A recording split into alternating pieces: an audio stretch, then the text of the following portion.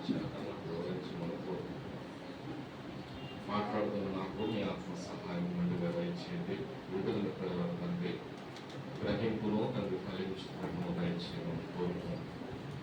మీ చేతులు తండ్రి సమయం అప్పగించుకుంటూ మా అందరికీ సమయం ప్రయోజనకరంగా మార్చండి. క్రీస్తునామములో ప్రార్థించండి వేడుకొనుచున్నాం తండ్రి. ఆమేన్. ప్రభునందు పిల్లరా, నిన్నటి దినాల నుంచి మనం దేవుని వాక్యం నుంచి కొన్ని సంగతులు నేర్చుకుంటున్నాం. ఈ మధ్యాహ్న సమయంలో కూడా దేవుని లేఖనాలను ధ్యానంలో నిన్న ఉదయం ఒక విషయం మాట్లాడుకుంటూ వచ్చాం. నిన్న ఉదయకాలం ఆగూరు గారి గురించి కొన్ని విషయాలు మనం తెలుసుకున్నాం. నిన్న మధ్యాహ్నం ఆగూరు గారు లేవనెత్తి మాట్లాడుతున్నటువంటి ఒక 4 జీవుల గురించి మాట్లాడడం జరిగింది. 4 జీవులు, ఒక జీవి చీమ. చీమ మనకు నేర్పించేటటువంటి పాఠాలు. మళ్ళా వాటిలో నుంచి కొన్ని విషయాలు మనం తెలుసుకోవడానికి ప్రయత్నిద్దాం. సామెతల గ్రంథం 30వ అధ్యాయం, సామెతల గ్రంథం 30వ అధ్యాయం 24వ వచనం నుంచి నేను మాట్లాడుతున్నటువంటి మాట. భూమి మీద చిన్నవి 4 కలవు, అయినను అవి మిక్కిలి జ్ఞానం కలిగినవి. చీమలు మిక్కిలి తెలివైనవి. శైలి చిన్నది, జ్ఞానం కలదు. మనమైతే అంటాం కదా, పెట్ట కొంచెం పోకగలం. కానీ ఎక్కడ వాటి గురించి చెప్తున్న మాట ఏంటంటే, అవి కంటికి కనిపిస్తున్నవి చిన్నగా, కానీ వాటి జ్ఞానం మాత్రం చాలా పెద్దది. అంత విశేషమైనటువంటి జ్ఞానం కలిగినటువంటి జీవులు. అలాంటి జీవుల గురించి ఇక్కడ మాట్లాడతారు. ఇది ఏంటవి అన్నప్పుడు, ఒకటేమో చీమట, రెండోదేమో కుందేలట, మూడోదేమో మిడతట, 4వదేమో పల్లి. ఈ 4 తెలుసా లేదా? మనకు తెలిసినది. ఈ తెలిసిన వాటి నుంచి ఆయన మాట్లాడుతున్నటువంటి పాఠాలు. విచిత్రం ఏంటంటే, మనకు తెలుసు కానీ అవి నేర్పించే పాఠాలు తెలియదు. అవి చెప్పవు, మరి ఏం చేస్తాయి? చూపిస్తాయి. మనిషి కబుర్లు పోకు, వీడు మాటలు చెప్తాడు తప్ప పనులు చేయడు. కానీ అవి అలా కాదు, మాటలు చెప్పవు కానీ పని చేస్తాయి. వాటి జీవితాన్నే పాఠంగా ముందు పెడతాయి. అందుకే అవి నేర్పించే పాఠాలు ఎలా ఉంటాయి అని చెప్తున్నాడు. దాంట్లో ఆల్రెడీ ఓ చీమ గురించి నేను మాట్లాడాను. తెలియకపోతే తెలుసుకొని అడిగి తెలుసుకోండి. రైట్. ఈరోజు ఇంకోటి దాని గురించి మనం మాట్లాడుతాం. ఏంటది అన్నప్పుడు, ఏంటది? చిన్న కుందేలు. ఇంకోటి ఏంటట? చిన్న కుందేలు. కుందేలు. ఈ కుందేలు గురించి మాట్లాడుతున్నాడు. ఇది చిన్న కుందేలు అన్నాడు. ఈ కుందేలు యొక్క పరిస్థితి గురించి మాట్లాడుతున్నాడు. ఈ కుందేలు చిన్నది ప్లస్ బలం లేదు. ఇంకా చెప్పాలంటే, చీమను కూడా పట్టుకుంటే ఏం చేస్తుంది? కొరుకు. చీమ ఏం చేస్తుందట?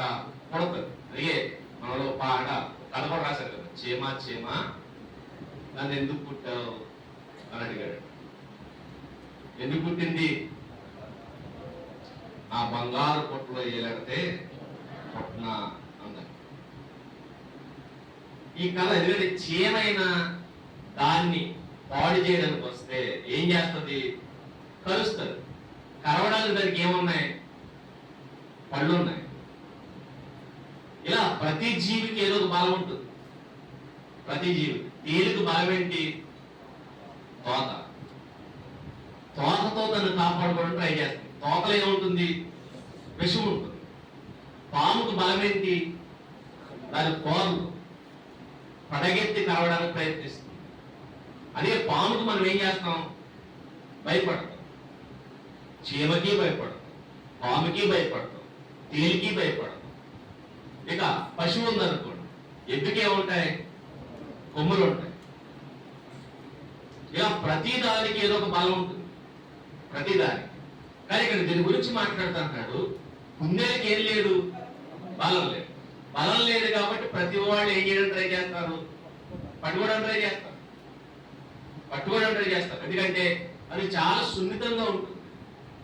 అందుకే చిన్నవాళ్ళ దగ్గర నుంచి పెద్దవాళ్ళు వాళ్ళకి ఏం చేస్తారంటే దాన్ని పట్టుకోవడానికి ట్రై చేస్తారు, దాన్ని హింసించడానికి ట్రై చేస్తారు.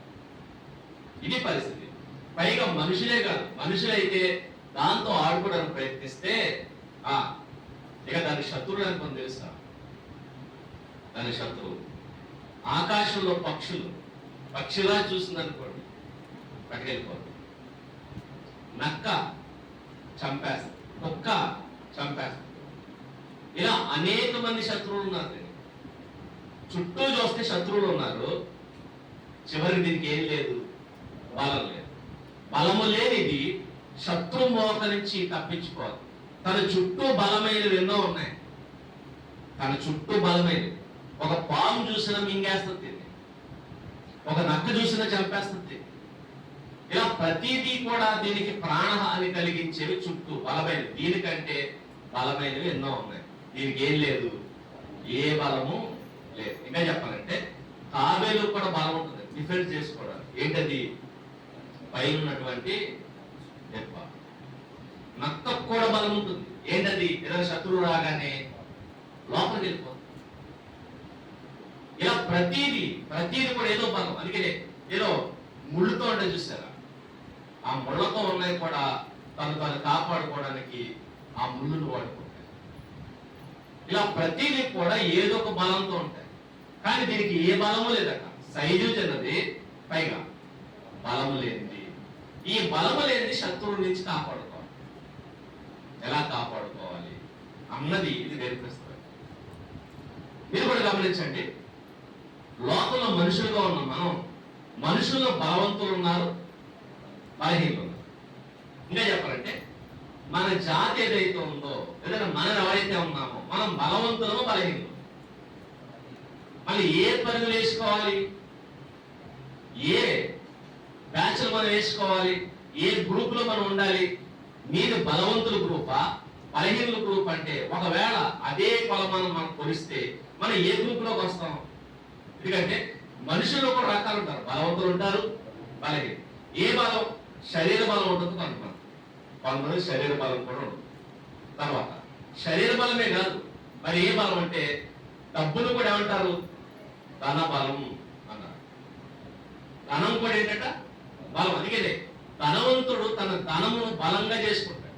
ధనవంతుడు చాలా ధైర్యంగా ఉంటాడు. ఎందుకంటే ఏదొచ్చినా తను కాపాడడానికి ఏముంది, ధనమే తన బలం, ధనమే తన బలం. ఆ ధనాన్ని పడేస్తే మనుషులు కొనగాడు, అధికారులు కొనగాడు, లోకంలో దేన్నైనా సంపాదించగలడు. అందుకే ధనమే వాడి బలం. అందుకే అంటారు డబ్బు ఉంటేనట ఏం తెచ్చచ్చు, కొండ మీద నుంచి కోతునైనా తెచ్చచ్చు. వీడు కొండ ఎక్కర్లా, కోత ఎక్కడుంది, కొండ మీద ఉంది. వీడు ఎక్కడున్నాడు, కొండ కింద ఉన్నాడు.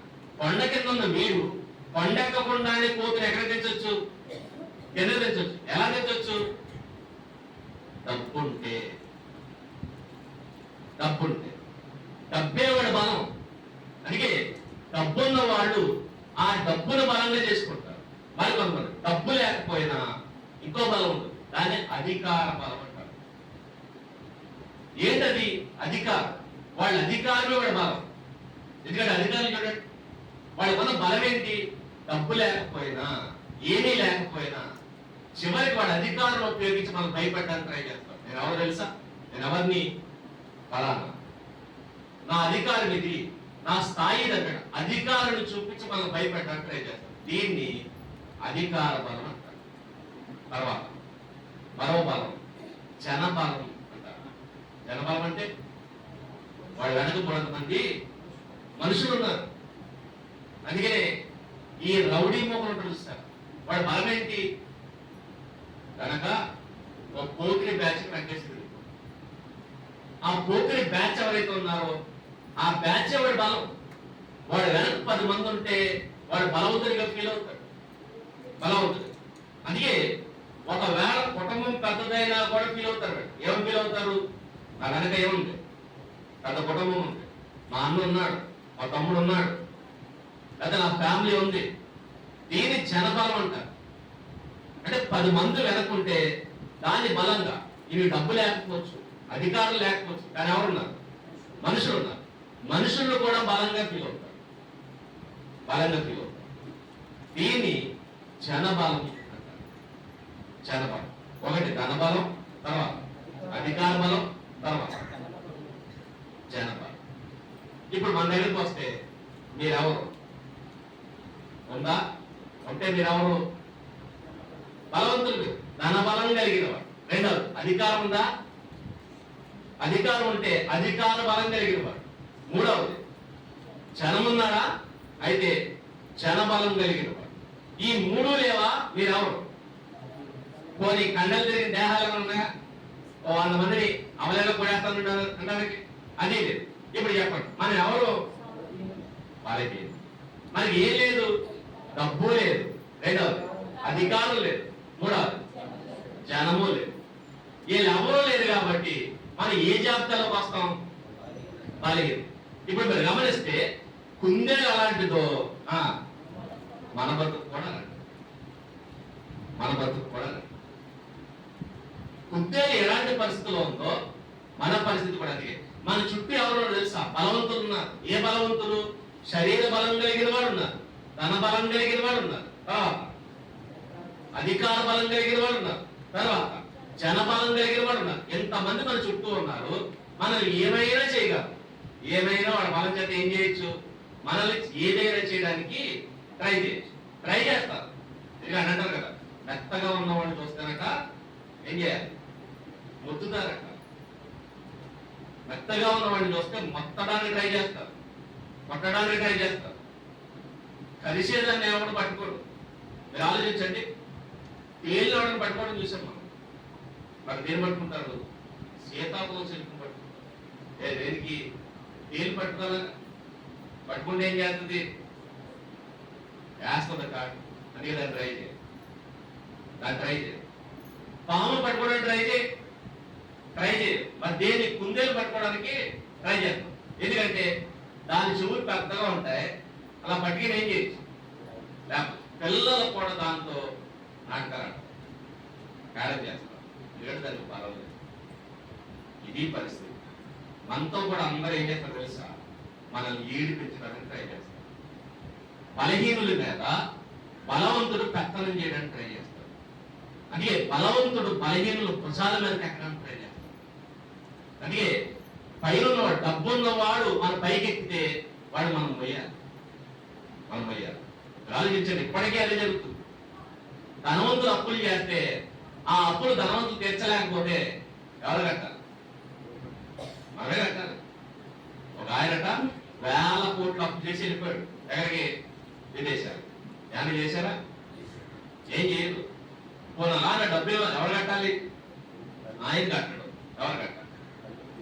బ్యాంక్ మేనేజర్లు కడతారా? బ్యాంక్ వాళ్ళు కడతారు. ఎవరు కడతారు? వాళ్ళు ఎవరు కట్టరు. ఆ బ్యాంకులు ఎంతమందికి అయితే అకౌంట్లు ఉన్నాయో వాళ్ళందరి దగ్గర నుంచి కలెక్ట్ చేస్తారు. అదే బలహీనమైన లోన్ కట్టలేనప్పుడు ఏం చేస్తారు? పెద్ద గ్యాంగ్ వేసి వచ్చేస్తారు, వ్యాన్లు వేసి వచ్చేసి ఏం చేస్తారు? వాళ్ళ ఆస్తులు మొత్తం జప్తు చేస్తారు. ఇంట్లో ఉన్న సామానంతో శుద్ధపడిపోతారు. వీళ్ళు తీసుకెళ్లి జైల్లో పెడతారు. మరి ఆయన ఏం చేశారు? ఆయన ఏం చేయలేదు. ఆయన ఏం చేయాలి? అలాగే కరోనా టైంలో ఒక పేద ధనవంతుడు డబ్బు కట్టలేను అన్నాడట.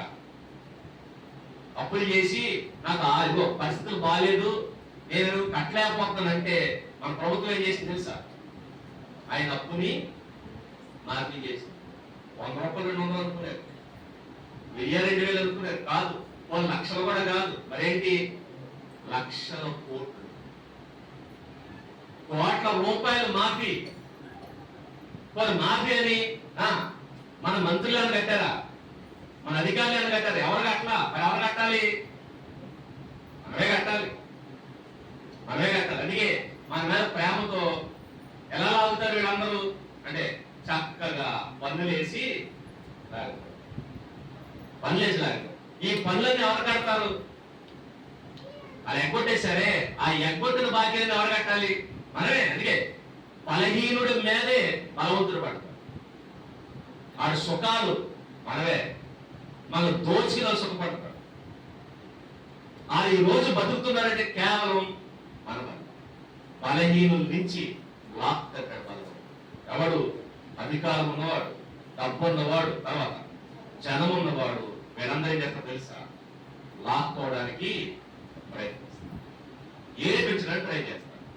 కాబట్టి బలహీనుడు ఎప్పుడు నలిగిపోతూ ఉంటాడు. బలహీనుడు ఎప్పుడు నలిగిపోతాడు. బలహీనుడికి అండెవరు ఉండరు. ఇలాంటి బతుకులు బలహీనులు. ఈ బతుకుకి ఎగ్జాంపుల్ ఎవరు కనబడతారంటే కుందేలు. ఈ కుందేలు కూడా ఎలాంటిది? బలహీనం. ఈ బలహీనమైన కుందేలు గురించి మాట్లాడుతూ ఇది బలహీనమైనదే కానీ తెలివైంది అంటారు. మనం కూడా బలహీనులే కానీ బలహీనులైనా పర్వాలేదు, కానీ ఏముండాలి? తెలివి ఉండాలి. తెలివి ఉండాలి. తెలివి చాలా ఉన్నతమైనది, ఉత్తమమైనది.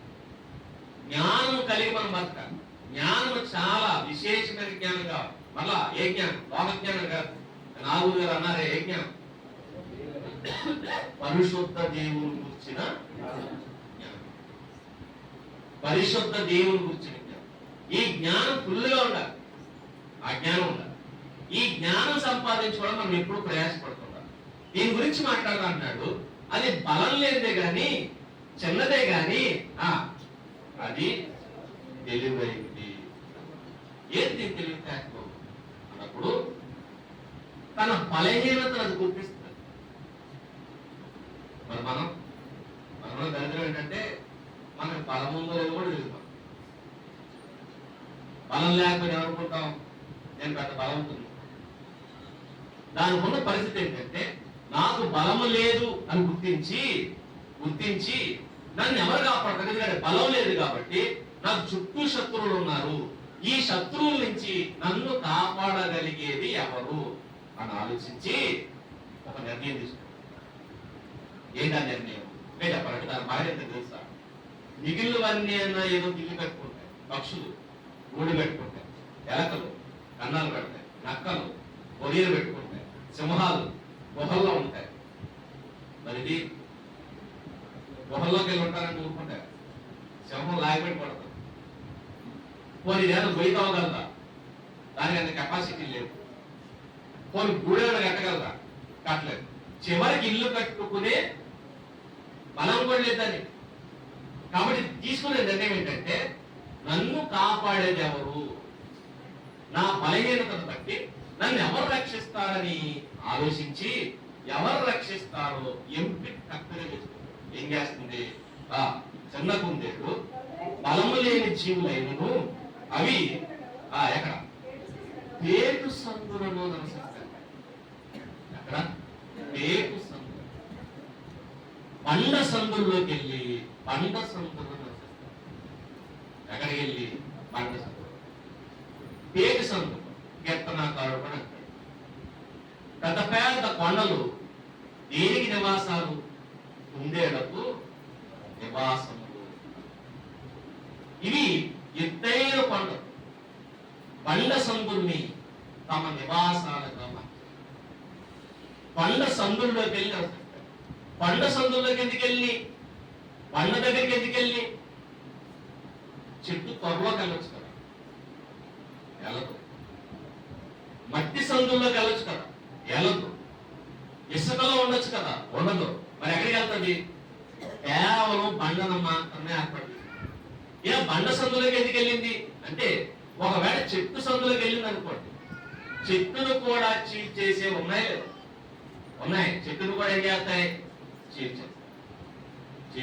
అందుకే చెట్టు సందులోకి వెళ్తాయి. మట్టి సందులోకి వెళ్ళింది అనుకోండి, మట్టిని కూడా తవ్వేసి ఉన్నాయా అంటే ఉన్నాయి. మట్టిని కూడా ఏం చేస్తాయి? తవ్వేస్తాయి. మట్టి నన్ను రక్షించలేదు, చెట్టు నన్ను రక్షించలేదు, ఇసుక నన్ను రక్షించలేదు. నన్ను కాపాడాలంటే ఎవరు కాపాడతారు అంటే ఇప్పుడు దీనికి వచ్చిన ఆలోచన ఏంటంటే నాకు ఏవైతే శత్రువులు ఉన్నాయో ఆ శత్రువులన్నిటికంటే కూడా బలమైంది నాకు ఆశ్రయంగా కావాలి. పక్షిరాజు ఉంది, పక్షిరాజు కంటే నన్ను కాపాడేది బలమైన దేవత. నెక్స్ట్, నక్క కంటే బలమైంది నన్ను కాపాడే దేవత. నెక్స్ట్, ఏదైతే మన శత్రువులు ఉన్నాయో కుక్కల కంటే బలమైంది నన్ను కాపాడే దేవత. అంటే ఏ శత్రువులు అయితే ఉన్నారో ఆ శత్రువుల కంటే బలమైంది అయితేనే నన్ను కాపాడగలదు అని ఆలోచించి ఇప్పుడు లోకములు దీనికోటి కనపడింది. ఏంటది? బండ. ఇప్పుడు ఈ బండను చూసి మీరు తీసుకున్న నిర్ణయం ఏంటంటే ఈ బండ తప్ప నన్ను కాపాడేది ఎవరు లేదు అని బండ దగ్గరికి వెళ్ళి బండను ఆశ్రయించుకున్నారు. ఇప్పుడు ఏ నక్కని వచ్చిందనుకోండి, ఇది ఎక్కడికి వెళ్ళిపోతుంది? బండ సందులోకి. బండ సందులోకి వెళ్ళిపోతుంది. కాబట్టి నక్కొచ్చి బండ చేయగలదా? చేయలేదు. పక్షిరాజు చేత చేయగలదా? చేయలేదు. ఇవేమి దీన్నేమి చేయలేదు. ఎందుకంటే దీన్ని ఢీ కొట్టాలంటే ఫస్ట్ ఎవరిని కొట్టాలి? బండను కొట్టాలి. బండను పగల కొట్టేది తప్ప దీని దగ్గరికి ఎవరు రాలేరు. కాబట్టి ఈ బండను పగలగొట్టేది ఎవరు లేరని గమనించి ఆ బండ వెనక్కి వెళ్ళిపోతారు. ఇది నాకు తెలియదు. ఏంటంటే నన్ను ఎవరు కాపాడతారు అన్నారు. నన్ను ఎవరు కాపాడతారు? అది చిన్నది, బలము లేనిది, కానీ తెలివైంది. ఏంటో తెలివి అంటే నన్ను ఎవరు కాపాడతారు? ఎప్పుడు చెప్పండి. మన పరిస్థితి కూడా ఏమనుకున్నాం? మనకి బలం లేదు, మనకి బలం. ఇప్పుడు మన దగ్గరకు వస్తే మిమ్మల్ని కాపాడేదారు. మనకి ధన బలం లేదు. ధనం ఉన్నవాడు మనకు నిలబడినా, రెండవది బలం ఉన్నవాడు మనకు నిలబడినా, జన బలం ఉన్నవాడు పడినా, అధికార బలం ఉన్నవాడు పడినా, ఒకవేళ ఇలాంటి వాడు మన మీద దాడి చేస్తే మనల్ని కాపాడేది ఎవరు? నువ్వెవరిని ఆశ్రయిస్తున్నావు? నువ్వెవరిని ఆశ్రయిస్తున్నావు? నీ ఆశ్రయం ఏంటి? నువ్వు ఎవరిని ఆశ్రయిస్తున్నావు? నువ్వు ఎవరి చెంతకు వెళ్ళి నువ్వు ఎవరి వెనకాల నిలబడుతున్నావు? ఎవరిని నీ ఆశ్రయంగా మార్చుకుంటున్నావు? అక్కడే తెలుసుకో నువ్వు ఎవరు నమ్ము. కుందేలు ఎవరు నమ్మింది? బండను నమ్మి ఆశ్రయించిన అర్థం తెలుసా? కుందేలు ఏం చేసింది? బండే నన్ను కాపాడగలదని ఏం చేసింది? బండను నమ్మి.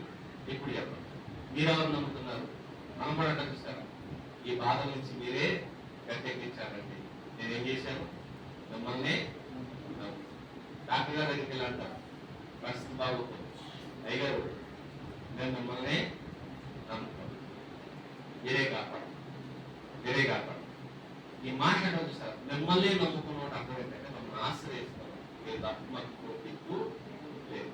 ఇప్పుడు మనని ఎవరు నమ్ముకున్నాం? లోకంలో ఓ బలహీనుడు అయితే బలహీనుడు అయిన నీవు ఎవరిని ఆశ్రయిస్తావు? ఎవరిని నమ్ముతావు తెలుసా? నేను కాపాడగలిగే శక్తి కలిగిన ఆశ్రయం నీకు తెలుసా? తెలిస్తే నువ్వు తగ్గి, నువ్వు తెలియలేదు. కానీ మనకున్న దరిద్రం తెలుసా? మనకు అది తెలివితేటలేదు. మనం బలహీనులే కానీ ముందేలుకున్నటువంటి తెలివితేటలు లేదు. లేకే మనం అన్ని తిరుగుతుంటాం. ఏది నమ్మాలో తెలియదు, ఎవరు నమ్మాలి. ఇంకా చెప్పాలంటే మనుషుల నోటి నుంచి మాట వస్తుంది, నేను మోసపోయానండి. ఎలా మోసపోయావు?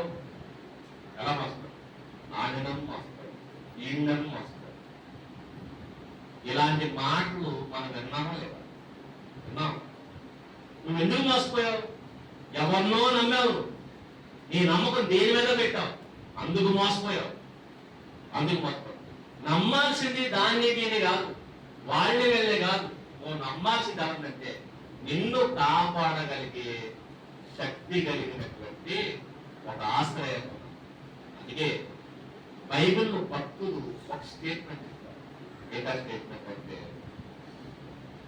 యెహోవా నీవే నాకు కోట, నీవే నా ఆశ్రయం, నీవే నా కొరకు, నీవే నా పాలు. బలము లేదు కుందేలు పండలనుకుంది, ఈ పండే నాకు బలం, ఈ పండే నాకు బలం. కుందేలు బలం ఏంటి ఇప్పుడు? పండ. ఎందుకంటే కుందేలు టచ్ చేయాలంటే ఎవరిని దాడి రావాలి? బండను దాడి రావాలి. ఆ కుందేలు అనుకుంటుంది నాలో బలం లేదు కాబట్టి కాబట్టి నన్ను కాపాడేంత శక్తి కలిగింది ఈ బండే అని బండ వెనక్కి వెళ్ళిపోయి అంటదట, ఈ బండే నా బలం, ముందు మీరు బండం దాటండి, నన్ను ఏమైనా చేయాలి. దాటి రాగలరు కదమ్మా. ఇప్పుడు భక్తులు అదే అన్నారు, మా బలం ఏంటో తెలుసా, నువ్వే. దావీదు గారు యుద్ధాలు చేసిన తర్వాత కీర్తన రాస్తారు. కీర్తన చూడండి, దావీదు గారు రాసినటువంటి కీర్తన, కీర్తన గ్రంథం 18వ కీర్తన, 18వ కీర్తన పైన దానికి హెడ్డింగ్ రాశాడు చూడండి. ఎప్పుడు ఇది రాస్తున్నాడు, యెహోవా దాసుడైన దావీదు కీర్తన. ఎవరు దాసుడైన? యెహోవా దాసుడైన దావీదు కీర్తన. ఆ టైటిల్ అంత బాగుందా? దావీదు గారు ఎవరు? కింగ్. కింగ్, యోధాకి ఇశ్రాయేలు జనాంగానికి కింగ్ అయిన 12 గోత్రాలు పరిపాలించినటువంటి రాజు, పైగా 47 ఏకగ్రీవంగా పరిపాలించిన రాజు. మనం చెప్తారు కదా ఏమని, నేను 5 సంవత్సరాలు ఏకగ్రీవంగా పరిపాలించాను ఒక ఆయన అంటాడు. మరొక ఆయన అంటాడు, నువ్వు 5 మరి నేనండి, నేను 10 అంటాడు ఆయన. ఇంకొక ఆయన అంటాడు, నువ్వు 10 ఏమో, నేనండి, నేను 15 పరిపాలిస్తాను. ఇలా పోటీలు ఉన్నాయి, ఇలాంటి పోటీలు. ఇదిగో 5 ఏళ్ళు 10 ఏళ్ళు పరిపాలిస్తానికి గొప్పగా చెప్పుకుంటే 5 ఏళ్ళు 10 ఏళ్ళు. ఆయన ఎన్నేళ్ళు పరిపాలించాడు? 40 ఏళ్ల పాటు ఎదురు లేకుండా తిరుగు లేకుండా పరిపాలించినటువంటి రాజు దావీదు గారు. ఏమని చెప్పాలి? 40 ఏళ్ళు ఇశ్రాయేలు జనాంగాన్ని పరిపాలించిన దావీదు కీర్తన అంటే బాగుంటుంది. కింగ్, కింగ్ రాసుకున్నటువంటి కీర్తన అంటే బాగుంటుంది కదా. అలా రాయట్లేదు. ఇక గొలియాతును ఒక్క దెబ్బకే పడగొట్టిన దావీదు రాసుకున్న కీర్తన పెట్టచ్చు కదా. గొలియాతు 2 దెబ్బలు, ఒకే ఒక్క దెబ్బకు పడగొట్టిన దావీదు కీర్తన పెట్టచ్చు కదా. అలా పెట్టట్లేదు. ఇంకా చెప్పాలంటే ఇదిగో ఎంత సైన్యం కలిగిన దావీదు, ఎంత సైన్యం, ఆయన చేతి కింద మహామహులు ఉన్నారు. మహామహులు చేతితో సింహాన్ని చంపేయగలిగినంత క్యాపబిలిటీ కలిగే వాళ్ళు ఉన్నారు సైన్యంలో. సామాన్యులు లేరు. చిరతప్పుల కంటే వేగంగా పరిగెట్టగలిగే సైనికులు ఉన్నారు. అలాంటి వాళ్ళు ఆయన చేతికి ఉన్నారు. ఆయన చెప్పాలి, ఇదిగో నా సైన్యం ఇది, ఇలాంటి సైన్యానికి నేను ఎవరిని? రాజు. ఇలాంటి సైన్యం కలిగిన రాజు రాస్తున్న కీర్తన అని చెప్పచ్చు. ఇంకా మరొకటి తెలుసా, రాజులు కీర్తన రాయించుకుంటారా రాస్తారు? రాజు ఏం చేస్తారు? రాయించుకుంటారు. అందుకే మన పరిపాలిస్తున్న నాయకులు పాటలు రాశారా రాయించుకున్నారు? రాయించుకున్నారు. అందుకే ఎలక్షన్ ఏమొస్తాయి? పాటలు వస్తాయి. ఏంటి ఆ పాటలు? రాశారు కదా, రావాలి రావాలి ఈ పాట. నెక్స్ట్ ఆయన మన ప్రజల ముఖ్యమంత్రి గారు, ఆయనకి పాటలు ఉంటాయి, ఆయనకి పాటలు. ఇలా ప్రతి వాళ్ళు పాటలు ఏం చేశారు? రాశారు కదా. రాయలా? రాయించుకోండి. రాజులు కీర్తనలు రాయించుకుంటారు. ఏ రాజైనా కీర్తనలు రాసుకుంటారు. అర్థం ఏంటంటే ప్రజలందరూ ఆయన ఏం చేయాలి? కీర్తించాలి. కీర్తించాలని చెప్పి కీర్తనలు రాయించుకుంటే ఈయన అంటాడు, ఈయన కీర్తించుకునే టైపు కాదట, మరి ఏం చేసే టైపు? కీర్తించే టైపు. పైగా ఎలా కీర్తిస్తున్నాడంటే ఈ రాజులకు అట్లా మరి ఏమనుకున్నాడు? నేను దాసుని అదే యెహోవా దాసుడైన దావీదు కీర్తన. ఎవరైనా యెహోవాకు దాసుడు అని అర్థం ఏంటంటే, మరి మీ అందరికీ రాజు నేను, నాకు రాజాయ, మీ అందరికీ రాజు నాకు రాజాయ అని మాట్లాడుతూ ఎప్పుడు రాస్తున్నాడు? అతని శత్రువులందరి చేతిలో నుండి, సౌలు చేతిలో నుండి యెహోవా అతను తప్పించిన దినమున దావీదు ఈ గీత వాక్యమును చెప్పి యెహోవాను స్తోత్రించి అతడు ఆయన శత్రువులందరూ ఏం కలగజేసినట?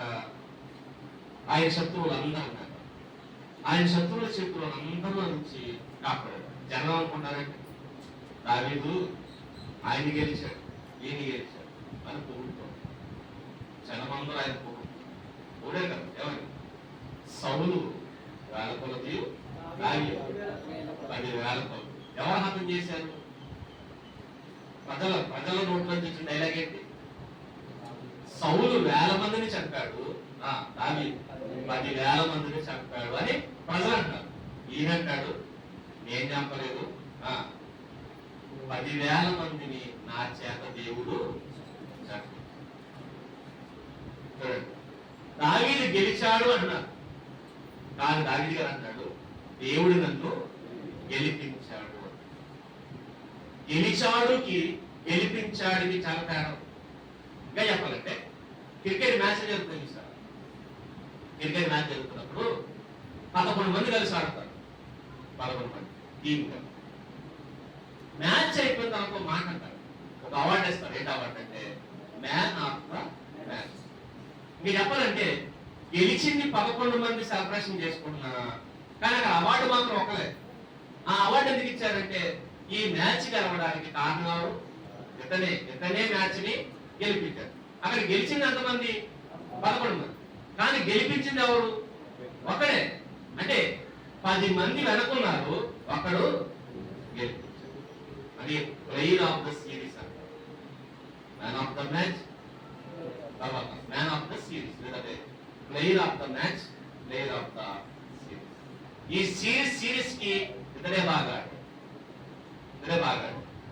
ఇతడే గెలిపించాడని చెప్పి ఎలాగైతే అంటారో, అందరి కళ్ళ ముందు దావీదు కనపడుతున్నా దావీదు అంటాడు, నేను పైకి కనిపిస్తున్నాను, కానీ మ్యాన్ ఆఫ్ ద మ్యాచ్ ఎవరో తెలుసా? దేవుడు. నేను గెలిచాను, నా చేత నన్ను గెలిపించింది మాత్రం దేవుడు.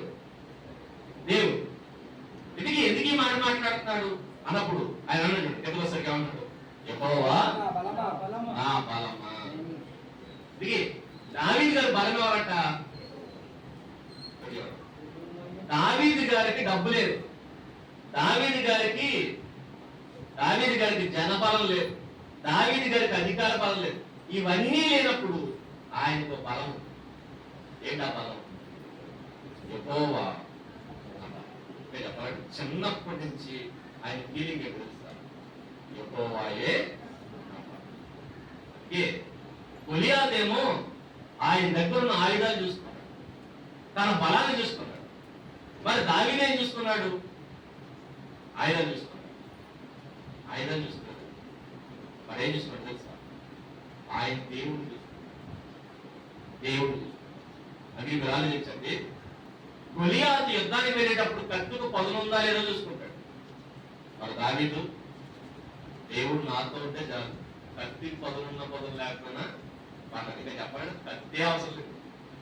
కత్తి లేకుండానే వెళ్ళాడు. అది గొలియాతు ఫీల్ అవుతాడు. ఏమని?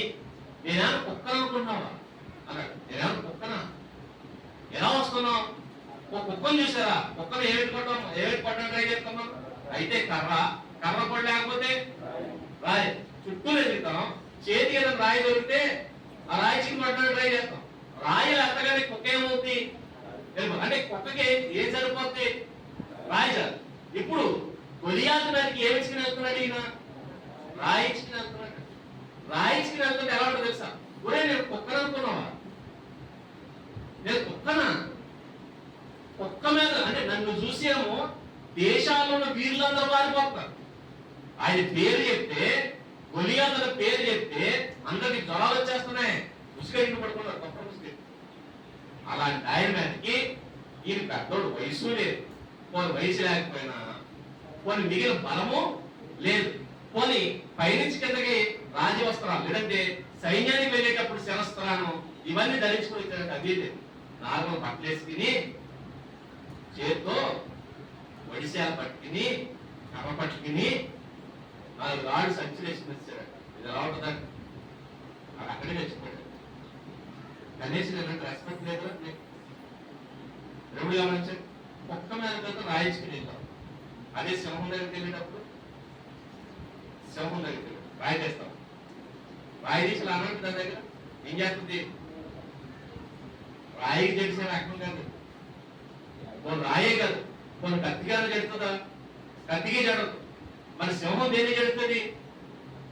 సింహం జడవాలంటే ఫైర్, అగ్ని ఉంటే తప్ప అందుకే సింహం దగ్గరికి వెళ్ళినప్పుడు ఏం పట్టుకెళ్తారు? చేతిలో నిప్పు పట్టుకెళ్తారు, ఆగడ పట్టుకెళ్తారు. దాని జరిగి ఆయన గొలియాతు అక్కడ సింహం కంటే భయంకరంగా పడతాడు.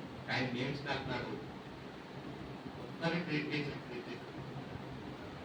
అంటే దావీదు లెక్కల్లో గొలియాతు గొప్పగా ఉన్నాడా? లేడు. ఎందుకు లేడు? గొలియాతు తన బలం చూసుకుంటాడు, దావీదు ఆయన బలం కాదు, దేవుడు యెహోవా నా బలం. అందుకే దావీదు ఏ యుద్ధానికైనా వెళ్తాడు, ఎవరి మీదకైనా వెళ్తాడు. ఎందుకంటే ఆయన ఎప్పుడు తనను చూసుకుంటాడు, మన సైన్యాన్ని చూసుకుంటాడు. మరి ఎవరు చూసుకుంటాడంటే యెహోవా. యెహోవా నువ్వే ఎలా? ఇది చాలా, ఎందుకంటే మనం ముందు ఫీల్ అవుతాం. మనం ఫీల్ అయినప్పుడే దాన్ని ఆస్వాదిస్తాం. మనం ఈ డైలాగులు బాగుంటాయి. మనకి దేవుడే నాకు బలం అంటే, కానీ దేవుడిని ఆశ్రయించు. ఒక స్టోరీ చెప్తారు. ఒక అమ్మాయి ఒక ఇంటర్వ్యూకి వెళ్తారు. ఒక జాబ్ కోసం ఒక ఇంటర్వ్యూకి వెళ్తే ఇంటర్వ్యూలో అన్ని ప్రశ్నలకి అటెంప్ట్ చేసింది, ఆన్సర్ చెప్పింది. Last final test. ఆ టెస్ట్ గెలిస్తే ఆవిడదే జాబ్, మంచి జాబ్. ఈ మంచి జాబ్, ఆ జాబ్కి ఈవిడ సెలెక్ట్ అవడానికి ఫస్ట్ అడిగారు, మీ పేరేంటి చెప్పింది. తర్వాత మీ అమ్మగారు ఉన్నారా? ఉన్నారు. మీ నాన్నగారు ఉన్నారా? ఉన్నారు. మీకు అన్నదమ్ములు ఉన్నారా? ఉన్నారు. మీకు బంధువులు ఉన్నారా? ఉన్నారు. స్నేహితులు ఉన్నారా? ఉన్నారు. అందరూ ఉన్నారు. సరే, మంచిది. మీకు ఎంతమంది ఫ్రెండ్స్ ఉన్నారు, బంధువులు ఉన్నారు? అందరూ ఉన్నారు. ఇవన్నీ అడిగిన తర్వాత, మిగిలిన ప్రశ్నలు అడిగిన తర్వాత, ఆఖరి ప్రశ్న ఏంటంటే ఒక పెద్ద రాయి చూపించారు, బరువైన. ఆ బరువైన రాయి చూపించి, ఇదిగో ఈ రాయిని నీ బలముతో నువ్వు లేపగలిగితే ఈ జాబ్ నీదన్న. ఈ రాయి ఏదైతే ఉందో, ఈ బరువైన ఏదైతే ఉందో, ఈ బరువైన రాయిని ఎక్కడి నుంచి నువ్వు కలిపి పక్కకి నీ బలం చేత కలపగలిగితే ఈ జాబు నీదే. ఈ అమ్మాయి ఏమో పక్కగా ఉంది, అక్కడ రాయి ఏమో పెద్దగా ఉంది. పెద్దగా ఉన్న తర్వాత ఆ రాయి దగ్గరికి వెళ్ళి ట్రై చేసింది, రాయి కదలేదు, ఏడవడం మొదలుపెట్టింది. నాకు ఇది ఎంతో అవసరమైంది, కానీ నేనైపోతాను ఓడిపోతాను. ఇలా మాట్లాడుతూ ఏడుస్తూ ఆ సెలెక్టర్ పెట్టడం మొదలుపెట్టింది. నేను ఒక అమ్మాయిని, ఒక ఆడపిల్లైన నాకు ఇలాంటి పరీక్ష పెట్టడం మీకు సబబా? ఈ టెస్ట్ పెట్టడం మీకు సబబా? ఏ రకీని పెట్టారు? ఇది ఎలా అవుతుంది? నా వల్ల అవుతుందా? నా వల్ల కాదు ఇది. దీన్ని ఎలా మీద అసలు నా వల్లే కాదు, ఏ ఒక్కరు కూడా దీన్ని కలపలేదు. మీరు దీన్ని ఎలా నాకు పెట్టారు? ఇది నా వల్ల అయ్యే పని కాదు అని చెప్పి ఏడుతున్నారు. అప్పుడు ఆయన పిలిచి, మేమేమన్నాం? నేను చెప్పింది ఏంటి? నీ బలము చేత దీన్ని కలప. ఇంకా మళ్ళా నిన్ను కలపమన్నామా? రెండవది నీ బలం చేత కలపమన్నామా? నువ్వు కలపాలా? నీ బలంతో కలప. నా బలం చేత. ఇప్పుడు అడిగారు, నీకు మీ అమ్మ ఉందా? మీ నాన్న ఉన్నాడా? ఉన్నాడు. అన్నదమ్ములు ఉన్నారా? ఉన్నారు. ఫ్రెండ్స్ ఉన్నారా? ఉన్నారు. వాళ్ళందరూ ఉన్నారు కదా, వాళ్ళందరినీ నీ బలంగా నువ్వు ఫీల్ అవ్వట్లేదా?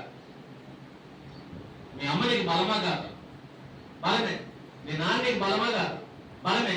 నీ అన్నదమ్ములు నీకు బలమా కాదు? బలమే. నీ ఫ్రెండ్స్ నీకు బలమా కాదు? బలమే. ఒకవేళ వాళ్ళందరూ నువ్వు బలంగా ఫీల్ అయితే నీ బలము చెందిన కల్పనగానే ఎవరు గుర్తొస్తారు నీకు? అందరూ గుర్తొస్తారు. ఇప్పుడు వాళ్ళందరూ కలిసి వచ్చి ఏం చేస్తారు? ఈ బలం కలుగుతారు. ఒకవేళ నీ కుటుంబం నీకు బలమని నువ్వు ఫీల్ అయితే, మేము నీ బలం చేత కలపమనగానే నువ్వు ఎవరిని పిలుస్తావు? కుటుంబాన్ని పిలుస్తావు. నీ కుటుంబం అంతా కలిసి నేను కలపగలరా కలపలేరంటే చదువుతావు. అప్పుడు అన్నమాట, అంటే నీ కుటుంబం ఉంది కానీ నీ కుటుంబాన్ని నువ్వు బలంగా ఫీల్ అవుతావు. నువ్వు కుటుంబంలోనే ఉంటున్నావు. నీకు అమ్మ ఉంది, నాన్న ఉన్నాడు, అన్నదమ్ములు ఉన్నారు, కానీ వాళ్ళు ఎప్పుడు నువ్వు బలంగా ఫీల్ అవుతావు. అందుకే నువ్వు దీన్ని గెలవలేకపోయావు. ఇప్పుడు మన దేవుని గురించి మనం పాట పాడతాం. ఎలా? యెహోవా నా బలం. పాడబడతారా? దేవుడు నా బలం అంటే నా బలం. వచ్చినా చదువుకుంటాం. కానీ ఏదైనా కష్టం వచ్చినప్పుడు ఆ కష్టంలో దేవుడు గుర్తొస్తాడు. పరీక్షలో దేవుడు గుర్తొస్తాడా? శోధనలో దేవుడు గుర్తొస్తాడా? అప్పుడు పాట మాత్రం దగ్గర యెహోవా నా బలం. యథార్థమైనది. ఇక పాట భాగం ఆయన మార్గం యథార్థమైంది. పైగా ఆయన బలం. కానీ యథార్థమైన మార్గంలో నువ్వు నడవు. పక్కదారిలో పోతావు. పక్కదారిలో పోతావు. పేరుకేమో యెహోవా నా బలమా అని పిలుస్తున్నావు. కానీ ఏదైనా చిన్న కష్టం రాగానే వలవలా ఏడుస్తావు. దేవుడు ఎలా వదిలేశాడు, అలా వదిలేశాడు, అలా చేసేసాడు, ఇలా చేశాడు. ఈ శోధనలు బట్టి, శ్రమలను బట్టి నువ్వు బెంబేలెత్తిపోతావు తప్ప దేవుని బలంగా నువ్వు ఫీల్ అవ్వలేదు. ఫీల్ అయితే నువ్వు బాధపడు.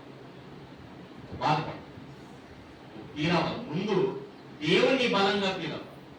దావీదు గొలియాతును చూసి ఏమనుకున్నాడు తెలుసా? ఇశ్రాయేలు ప్రజలందరూ భయపడి పారిపోతున్నారు. ఎందుకంటే దావీదే కాదు దేవుని నమ్మింది. ఎవరు కూడా నమ్మారు? ఇశ్రాయేలు ప్రజలందరూ దేవుని నమ్మారు.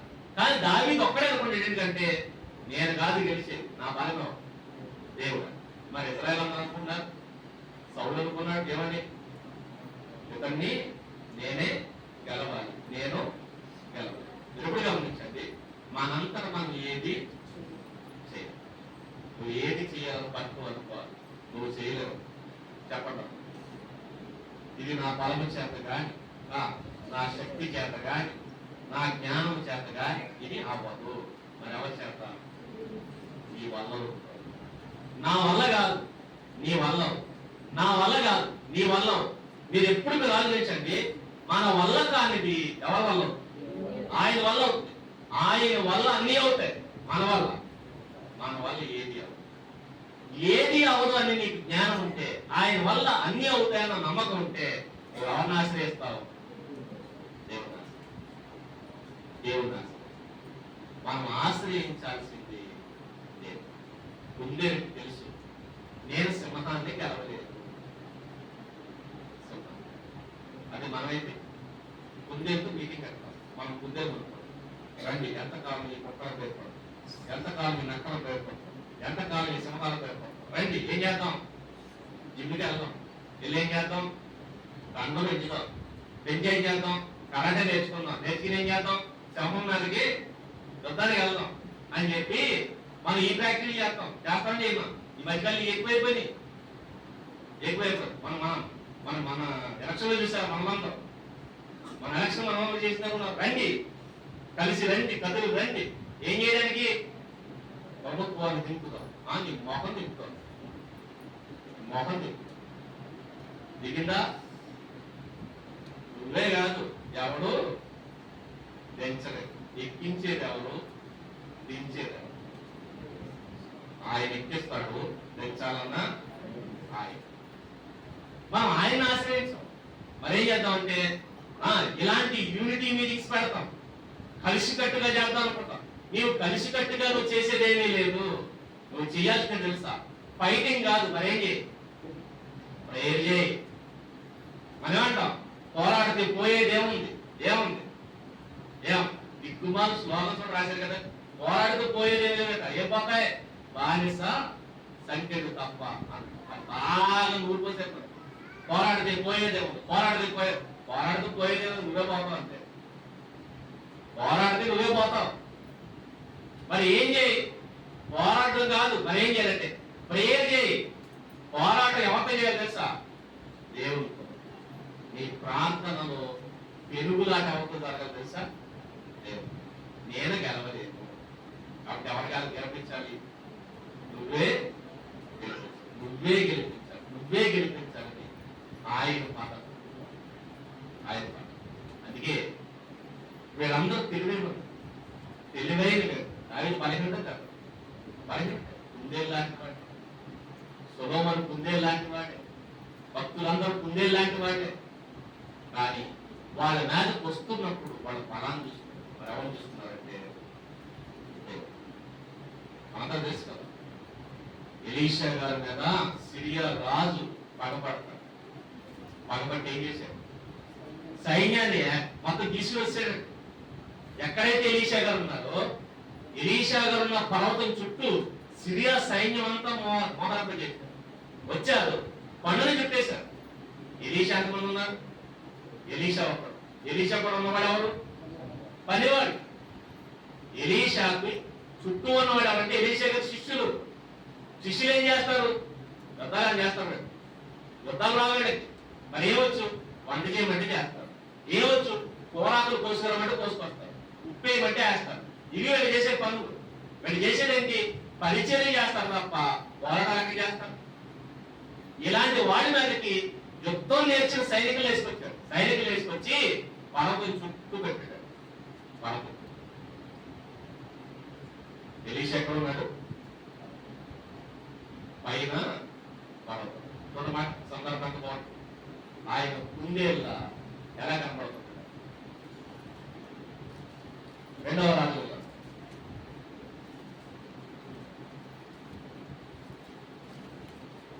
రాజులు రెండవ గ్రంథం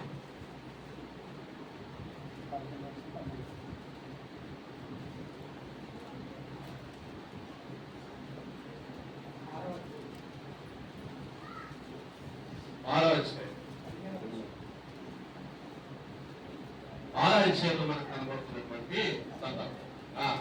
6వ అధ్యాయం 15వ వచనం. దైవజనుడైన అతని పనివాడు గందలకడ లేచి బయటికి వచ్చినప్పుడు రథములను గల సైన్యము పట్టణమును చుట్టుకొని ఉండుట కనబడు. అంతటా అయ్యా నా ఏలినవాడ, మనం ఏమి చేయుదమని అయ్యో నా ఏలినవాడ, మనం ఏమి చేద్దామని ఆ దైవజనుడు అనగా అతడు భయపడద్దు, మన పక్షం వారికంటే ఉన్నారని. సిరియా సైన్యం మొత్తం వేసుకొచ్చాడు. ఇక్కడ ఎలీషా గారు పనువాడు బెంబేరిపోతాడు. అయ్యో నా ఏలు. బయట చూస్తే పరిస్థితి బాగాలేదు. పైగా పట్టణం చుట్టేశారట. మనం ఎక్కడికి తప్పించుకోవాలి. ఈయనంటారు కంగారు పడుతూ వాడికంటే బలమైన వాడి పనులతో ఈ ధైర్యం ఎలా ఎందుకు? ఈయన ఆశ్రయం అలా. సిరియా రాజు ఒక్కడే వచ్చాడా? సైన్యం వచ్చాడు. సిరియా రాజు సైన్యం ఎందుకు వచ్చాడు? వాడి సైన్యమే వాడి బలం. వాడి సైన్యమే వాడి బలం. అది ఆగూరు అదే మాట మాట్లాడతాడు. తన సైన్యములకు ముందు నడుచు రాజు. రాజు ధైర్యం ఏంటి తెలుసా? నా వెనక ఎవరున్నారు? సైన్యం. ఆడి జనమే వాడి బలం. ఆ జనం లేకపోతే ఎవడు పిచ్చితో సమానం. ఒక్కరు కొట్టాడు కూడా చెప్పేస్తాం. అందుకనే వాడి సైన్యమే వాడి బలం, వాడి జనమే వాడి బలం. వాడి సైన్యపు లెక్కలు వేసుకుని వెళ్తాడు. అవతల దగ్గర ఎంత సైన్యం ఉంది? 3000 మంది ఉన్నారా? మనకి ఎంతమంది ఉన్నారు? 5000 మంది ఉన్నారా? అయితే ఏం చేయొచ్చు? యుద్ధానికి వెళ్ళచ్చు. వీడు సైన్యాన్ని నమ్ముకుని వెళ్తాడు. సైన్యం. ఆ సైన్యంతో వచ్చి ఎలీషా దగ్గర కూర్చున్నాడు. ఎలీషా గారు అంటున్నాడు, ఏం నువ్వు చూస్తున్నావు? వీడి కంటే బలమైన వాడు మాట్లాడు. ఇది బలం. సిరియా రాజు బలం వాడి సైన్యం అయితే ఎలీషా గారు బలం. యెహోవా నా బలం. ఇది యెహోవా బలం అంటే ఎలీషాకి సైన్యం లేదు. ఎలీషా దగ్గర సైన్యం లేదు. కానీ ఈయన ఎవరినైతే ఆశ్రయించాడో ఆయన దగ్గర మనకు సైన్యం కాదు, మరి సైన్యములు ఉన్నాయి. ఆయన ఎవరు? సైన్యములకు అధిపతి. ఇప్పుడు మీరు ఆలోచించండి.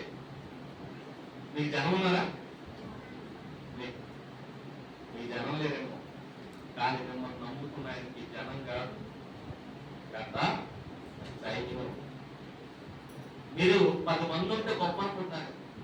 ఆయన దగ్గర 10 మంది కాదు, కోట్ల మంది. పైగా కోత కెపాసిటీ తెలుసా? ఒక కోత కత్తి పట్టుకుంటే 1,85,000 మంది వేసిస్తారు. ఎన్ని రోజులు అనక, ఎన్ని నెలలు అనక, పైగా ఎవరు ఒక దూత అవతల నిలబడింది, ఒక దూత ఇక్కడ చచ్చింది. 1,85,000 మంది అయితే 1 డే పూర్తి అవుతుంది. ఒక రోజు పూర్తి కాకముందే 1,80,000. అలా నాడు ఐగుప్తులో దూత సంచరించింది. దూత పై ఎప్పుడు పగల కాదు, రాత్రి వేళ సంచరించింది. రాత్రి వేళ దూత అలా వెళ్ళిందట. తెల్లసరి శవాలు పొట్టలు లేచి, మళ్ళీ ఎవరు తెలుసా, తేడా లేకుండా పశువుల్లో, పక్షుల్లో, మనుషుల్లో ఎవరైతే ఫస్ట్ పుట్టారో మనుషులు చెప్తారు. పెద్దోడు అన్నవాడిని చేసుకుంటారు, చేసుకుని ఐగుప్తులు ఎంతమంది జనం ఉన్నారు తెలియదు, కానీ ప్రతి ఇంట్లో ఒక శవం కాదు, ఇంట్లో ఎంతమంది పెద్దోళ్ళు అయితే అంతమంది లేచారు. ఈయన పెద్దోడు అనుకోండి, తాతగారు ఉన్నారు. తాతగారు అన్నదమ్ముల్లో తాతగారి పెద్దోడు అనుకోండి, తాతగారు ఇప్పుడు పుట్టిన కొడుకు, పెద్ద కొడుకు పోతాడు. మళ్ళా కొడుకు కడుపు పుట్టిన మనవడు పోతాడు. అంటే ఒకవేళ ఇంట్లో 3 తరాలు ఉంటే 3 తరాల్లో పెద్దోడు ఎవడు లేచిపోయాడు. పెద్దోడు లేచిపోయాడు. రాత్రి వేళ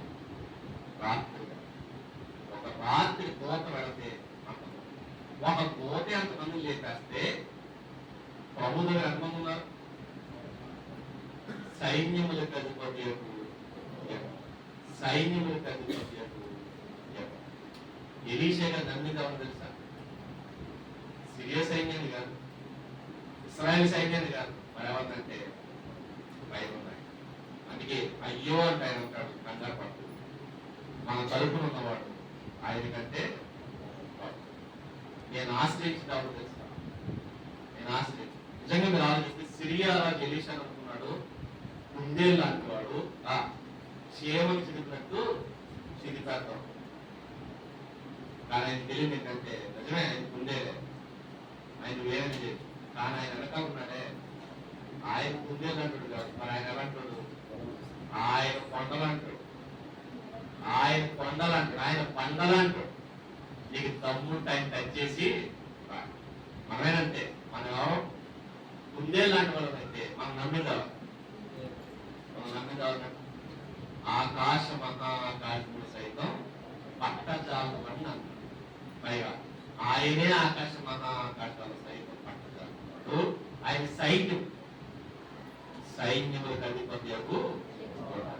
అలాంటి ఆయన మనతో ఉంటే మనం ఆయన ఆశ్రయిస్తే ఇప్పుడు మన దగ్గరికి రావాలంటే ఎవరి దాటి రావాలి? ఆయన దాటి రావాలి. ఆయన దాటి వచ్చేవాడు ఎవడైనా ఉన్నాడు. అందుకే ఆయన అంటాడు, మిమ్మల్ని ముట్టువాడు నాకు తలుగుడ్డు తెచ్చేస్తాడు, నాకు తలుగుడ్డు తెచ్చేస్తాడు. గమనించండి, మనం ఎక్కడ టచ్ చేసిన కోపం రాదు, కానీ ఎక్కడ టచ్ చేస్తే కోపం వస్తుంది? కంట్లో పడితే మాత్రం, కన్నుని టచ్ చేస్తే మాత్రం విపరీతమైన కోపం. మన కంటిని టచ్ చేస్తానని కోపం వస్తుంది, వీడు ఎవరి కంటిని టచ్ చేస్తుందట? దేవుని కంటిని టచ్ చేస్తాడు. దేవుడు మీరు చెప్పండి, కన్నుని టచ్ చేయాలంటే ఫస్ట్ చేతులు అడ్డం పెట్టాలి, నెక్స్ట్ కనురెప్పలు అడ్డం పెట్టాలి, కన్ను లోపలికి చెప్తాం, ఈ చేతులు దాటి ఈ కనురెప్పలు దాటి అప్పుడు మనకే ఈ చేతులు ఈ కనురెప్పలు దాటాలంటే, ప్రభు కనుగుడ్డు మనమే అయితే మనం ముట్టాలంటే ఫస్ట్ ఆయన చేతులు దాటాలి, నెక్స్ట్ ఆయన కనురెప్పలు దాటాలి, తర్వాత మనం టచ్ చేయాలి. అక్కడ దాకా వచ్చేవాడు ఉన్నాడు.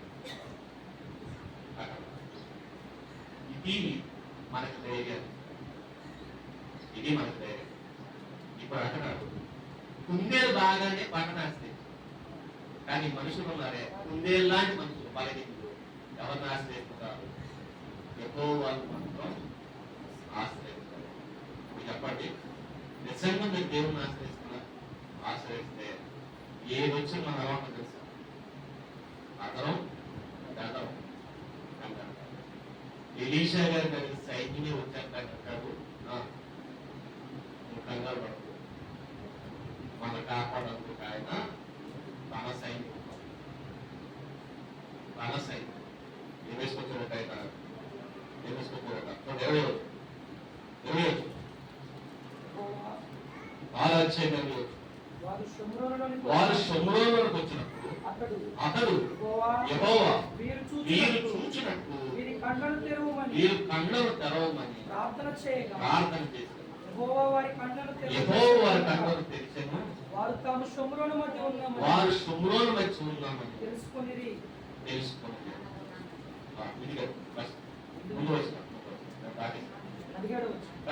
యెహోవా మీరు చూచినట్టు దయచేసి వీరి కళ్ళను తెరవమని ఎలీషా ప్రార్థన చేయగా యెహోవా ఆ పనివాడి కళ్ళను తెరవచేసి వాడి ఎలీషా చుట్టూను పర్వతము అగ్ని గుర్రముల చేత రథముల చేతను నిండి ఉండుట చూచెను. ఎలీషా చుట్టూను పర్వతం. ఎలీషా చుట్టూ ఏముంది? పర్వతం. ఆ పర్వతం ఉందట. ఆ పర్వతం ఎలా ఉంది? అగ్ని గుర్రముల చేత రథముల చేత. ఏ గుర్రాలు? అగ్ని గుర్రాలు. రథాలు అగ్ని రథాలు. ఫైర్తో నిండిపోయినటువంటి వెహికల్స్ వేసుకుంటారు. ఎలా ఉంది అంటే ఇలాంటి టెక్నాలజీ రాలేదు. నేను చెప్పాలంటే ఫస్ట్ సైన్యం మీద రావాలంటే ఏం రావాలి? ఈ అగ్ని గుర్రాలు దాకా రావాలి. అగ్ని గుర్రాలు అగ్ని గుర్రాలు ప్రత్యేకత ఏమైపోతారు? గాలి ఊడితే దేవుళ్ళకి ఉన్నాయి మామూలు కాదు. ఎలా కాదు అగ్ని రాదు. నేను చెప్పాలంటే మనం చూసారా చుట్టూరు గోడ కట్టి గోడ మీద ఏం పెడతారు? ఎలక్ట్రిసిటీ పెడతారు. ఇప్పుడు ఆ గోడ దాటాలంటే ఫస్ట్ ఏ టచ్ చేయాలి? కానీ అధికారులు మంత్రులు చెప్తే ఎలా ఉంటుందో తెలుసా? సుమారు వాళ్ళు వాడే టీవీ కూడా చాలా ఎక్కువ. 11 కేవీ అనుకుంటారు. టచ్ చేయగానే ఏమైపోతారు? టచ్ చేయలేదు.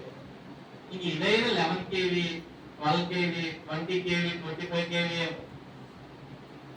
దాని దగ్గరికి వెళ్తే మాడిపోతాం. కానీ ఇది అలా కాదు. ఏ కేవీది ఆల్రెడీ పైకి మంటలు వచ్చేస్తున్నాడు చూడండి.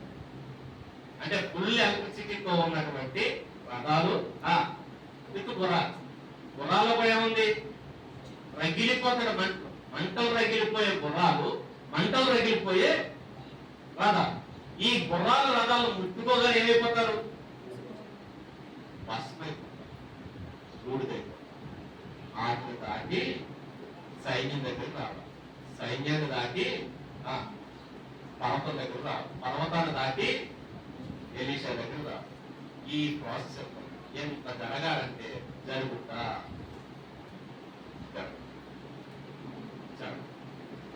అదే అయితే ఎలీషా ఏంటంటే ఇప్పుడు మనతో కూడా మీరేది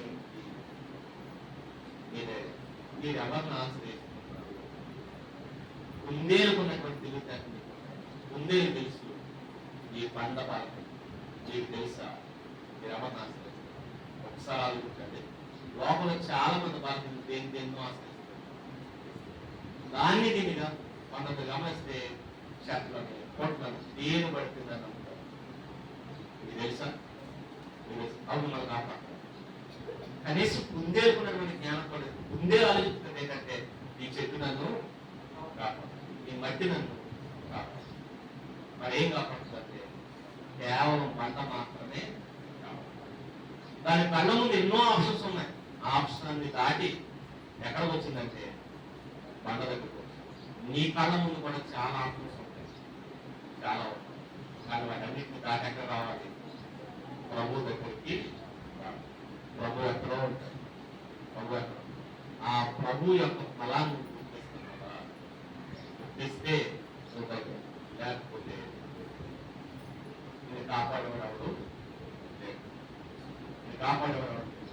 అలా కాకుండా కొన్ని తెలివితేటలతో కొన్ని ఉన్నాయి చూడండి. కుందేలు తెలివిగా ఆలోచించి నా శత్రువు నక్క కాబట్టి నేను నక్క పక్కకి వెళ్ళిపోతాను. నక్కే నా శత్రువు కాబట్టి నక్కనే ఆశ్రయిస్తే పోలా, ఎందుకంటే కాళ్ళు పట్టేసుకుని ఏం చేస్తే నేను నీకు దాసుని అయిపోతున్నాను, ఏమి చేయదు. సింహం పక్కకి వెళ్ళిపోతే సింహం కాపాడుతున్నాను. ఇలాంటి తిరుగుతాడు, ఇలాంటి తిరుగుతాడు. అది అంటారు నలుగురితో కలిసిపోతే ప్రాబ్లం లేదు. అందుకని చాలా మంది చెప్తారు తెలుసా, దూరంగా ఉండి మేము వ్యతిరేకంగా ఉండి కట్ట ఎవరైతే మనం శత్రువు అనుకుంటామో వాళ్ళతో కలిసిపోవాలనుకుంటాం ప్రాబ్లమే ఉండదు. దేవుడు దాన్ని రక్షించు, దేవుడు దాన్ని రక్షించు, వాళ్ళతో కలిసిపో. అయినా అది నక్కే ఎప్పటికైనా నీకు ప్రమాదం. అది సింహమే, దానికి ఆకలేసేంత వరకు మీరు వదిలేస్తుంది. దానికి ఆకలేసిన మరుక్షణం నిజంతాస్తుంది. అది సింహం, అది క్రూర మృగం. క్రూర మృగాలను ఆశ్రయించు. ఈరోజు మనం ఏం చేస్తామంటే ఈ అధికారులు నమ్ముతారు, లేదంటే లోక నాయకులు నమ్ముతారు, లేదంటే కులాలను నమ్ముతారు, లేదంటే వంశాలు నమ్ముతారు. ఇలాంటి వాటిని నమ్మి వెళుతూ ఉండిపోతే సరిపోతుందే అనుకుంటారు. వెళ్తా ఉంటే సరిపోతుంది, ఈ ఊరోళ్ళతో కలిసిపోతే సరిపోతుంది. ఎందుకంటే ప్రభు దగ్గరికి వెళ్ళాం అనుకో ఊరికి వ్యతిరేకంగా ఉంటారు. ఊరోళ్ళతో కలిసిపోతే ప్రభు దగ్గర శత్రువులు ఊరు శత్రువు అవుతున్నారు. ప్రభు నమ్మని వాడు శత్రువులు అయిపోతారు. శత్రువులు అయిపోతారు కాబట్టి మనకంటే వాడు బలవంతుడు అని చెప్పి వాడితోనే కలిసిపోవాలనుకో ఎవరు వాడు ఎప్పటికైనా నీకు శత్రువు. వాడి శత్రువు నేను కాపాడేవాడు తెలుసా ప్రభు. అక్కడ నువ్వు రావాల్సింది ఎక్కడికి తెలుసా ప్రభు దగ్గరికి. ప్రభు దగ్గరికి వచ్చి ఆయన ఆశ్రయించు, నేను ఎవడు ఏమి ఖచ్చితంగా కాపాడేది. ఆయన బలం నీకు తెలుసా, బండ బలం కుందేది తెలుసు, ప్రభు బలం నీకు తెలుసా, ప్రభు బలం నీకు తెలుసా. ప్రభు బలం తెలుసుకోండి. ప్రభు బలం తెలుసుకుంటే ప్రభువు విడిచిపెట్టి ఎక్కడికి పో. దావీదుకు ప్రభు బలం తెలుసు, దావీదుకు ప్రభు బలం తెలుసు. అందుకే దావీదు ఎవరి పక్క వచ్చాడు, దేవుని పక్క. ఏ యుద్ధానికి వెళ్ళినా, ఏ దేశం మీదకి వెళ్ళినా ఆయన ఆశ్రయించింది ఎవరంటే చెప్పవాడు. అందుకంటాడు నువ్వే నా కోట, నువ్వే నా ఎత్తైన కోట, నువ్వే ఎప్పటికైనా నువ్వే నన్ను కాపాడేది, నువ్వే నన్ను కాపాడు. నాకు కోటలు అక్కర్లేదు, నాకు కొండలు అక్కర్లేదు, నువ్వే కాపాడు అని ఆశ్రయించాడు. అలా ఆశ్రయించిన వాడు ఈరోజు మనకి చరిత్రలో ఇలాంటి బలహీనులందరూ ఆశ్రయించారు. సరే ఎలా ఆశ్రయించడం అన్నప్పుడు ఈ లోకంలో మనుషులే కదా మనిషి శత్రువు. ఒక శత్రువు బలమైన శత్రువు. దాన్ని చూసిన తర్వాత దాన్ని చాలా తక్కువ. ఎందుకంటే మనుషులు నట్టి అందరూ చిన్న ఒక బలమైన శత్రువు. ఆ బలమైన శత్రువు ఎప్పుడు మనసు ఏంటది అన్నప్పుడు బైబిల్లో సందర్భం కాబట్టి ఆదికాండం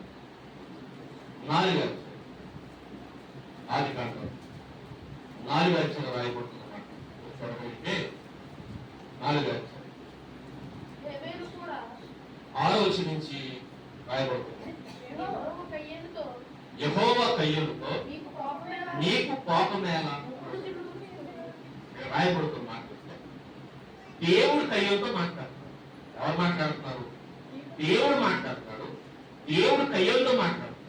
ఎవరు మాట్లాడతారు? కయ్యూను నీకు కోపం ఎందుకు వచ్చిందయ్యా, నీకు కోపం ఎందుకు వచ్చింది, నీకు కోపం మాట్లాడుతూ నువ్వు సక్రియ చేస్తే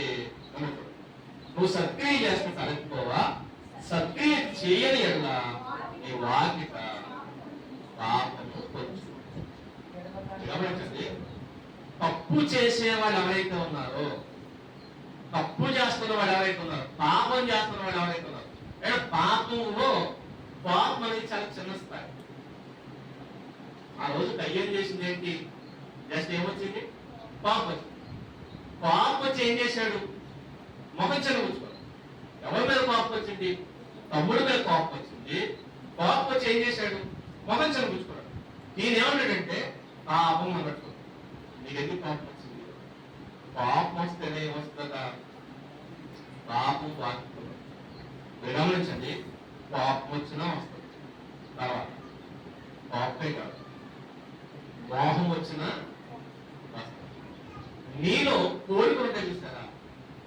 ఈ కోరికలు ఏవైతే ఉన్నాయో, మీకు కోరికలు ఏవైతే కలుగుతున్నాయో ఆ కోరికలను బట్టి అవి కలిగినప్పుడల్లా బయట పాపం పాపం.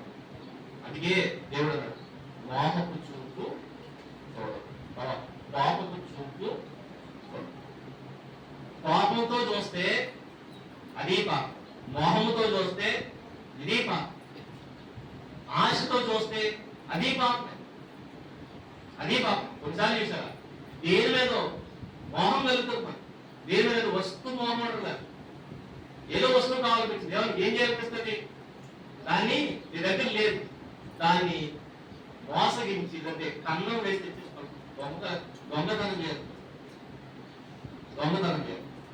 దేవుడు చెప్పాడు దొంగలించకూడదు. ఇప్పుడు ఆ వస్తువు చూసుకుంటే నీకు కావాలనిపించింది, దాని వైపు ఆశపడతాడు. నీకు ఏదైనా నీ కోరిక లోపల పడుతుందంటే నువ్వు గుర్తుపెట్టుకో, నీ ఫేస్ మారిపో. పాపం వస్తే మొహం చొందను, మోహం వస్తే ముఖాన్ని కామరూపంలో మార్చుకుంటుంది. లేదు, ఒక వస్తువు కావాలనిపిస్తే దాన్ని ఆశపడతాం, దొంగతనం చేయడానికి ప్లాన్ ఉంది. ఇలా ఏది నీలో కోరుకుంటున్న మరుక్షణమే బయట నీ వాకిట పాపం వాకిట పాపం. ఎందుకు కొంచెం ఉన్నది ప్రకారం కొంచెం ఉందని అర్థం చేస్తారు. మనం చేప పట్టడం చూసారు, గాలం చేసుకుంటాం, కదలకుండా బయట కూర్చున్నాడు అర్థం పెట్టాం కొంచెం. అలాగే పాములు పట్టుకునేటప్పుడు, కప్పలు పట్టుకునేటప్పుడు పాము చూస్తారు, అలాగే చూస్తారు, దాన్ని కొంచెం. ఎందుకంటే అది ఎప్పుడైతే బయటకు వస్తుందో అప్పుడు వెంటనే ఏం చేస్తుంది, దాన్ని కొంచెం ఎప్పుడు బయటకు వస్తే అప్పుడు పట్టేసుకోవడానికి కొంచెం. ఏ జంతువునైనా మనం పట్టుకోవడానికి ముందు కొంచెం ఉంటాం. కోడి వాటి పట్టుకోవాలనుకున్నారు, దాన్ని పట్టుకోవడానికి ఏం చేస్తారు, కొంచెం ఉంటారు, కొంచెం ఉండి పట్టుకుంటారు. దానికి కనపడకుండా మనం దేన్నైతే పట్టుకోవాలనుకున్నామో దాన్ని పడతాం, దానికి కనపడకుండా మనం కొంచెం. అందుకే గాలం వేసినప్పుడు చేప కనపడకుండా బయట దూరంగా ఉండి ఏం చేస్తాం, మనం కొంచెం ఉండి దానికి ఎరవేసి ఎక్కడ కూడా అంటున్నాడు, నీకు కోపం వచ్చింది, బయట ఎవరున్నారు, పాపము కొంచెం. ఏం చేయడానికి, నిన్ను పట్టుకోవడం.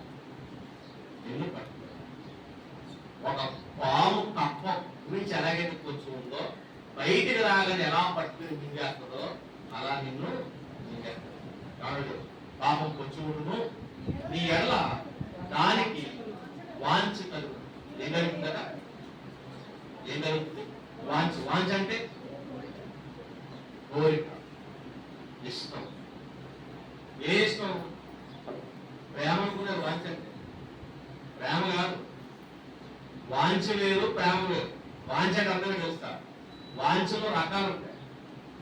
ఏంటి ఆ రకాలు అంటే, మంచి కోడి కనపడింది అనుకోండి, మనకి నాటుకోడి, మంచి కోడి కనపడింది, దాన్ని చూడగానే మనకు వాంఛ కలుగుతుంది. ఏంటా వాంఛ, కోసామా, చూడండిమా, ఇది కోరికేనా, దీని ఏమంటారు వాంఛ. వాంఛ అంటే కోరిక అన్నారు. ఏ వాంఛ ఇది ప్రేమ అంటారా? కోడి చూసి ప్రేమ అంటే తెలుసా, ఇంటికి తెచ్చుకుని జాగ్రత్తలు కట్టేసి దానికి మోకలేసి అయ్యేసి పెంచుతున్నాం, దాన్ని ప్రేమ అంటారు. కానీ ఈ కోరిక ఏంటి, దాన్ని కోసి ఏం చేయాలి, ప్రేమ అంటే దాని కడుపునప్పుడు.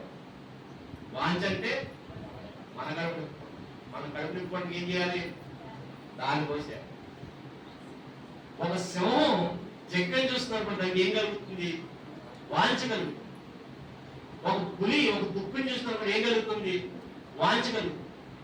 ఒక పాము కప్పని చూస్తున్నప్పుడు ఏం కలుగుతుంది, వాంఛ కలుగుతుంది. ఇప్పుడు పాపాల కథ మన ఏళ్ళ ఏం కలుగుతుంది అని అర్థం ఏంటి, వాంఛ అంటే నువ్వు దొరికావా ఏం చేస్తావు, నీకు తెలియని సంగతి తెలుసా, ఇది డైలీ మన చుట్టూ కాదు, మీరు ఎక్కడికి వెళ్ళినా మీ చుట్టూ ఇది మన కంటికి కనిపించదు.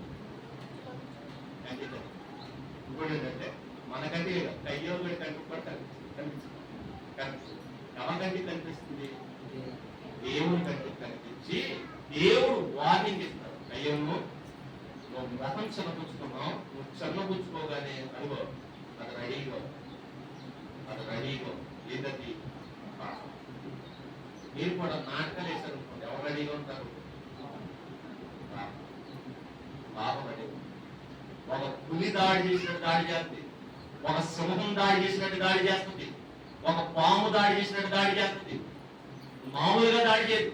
దాడి చెయ్యగానే మన అమాంతం మీకు అంత ఎలక్ట్గా మనం అది ఎప్పుడు మన చుట్టూ తిరుగుతుంది.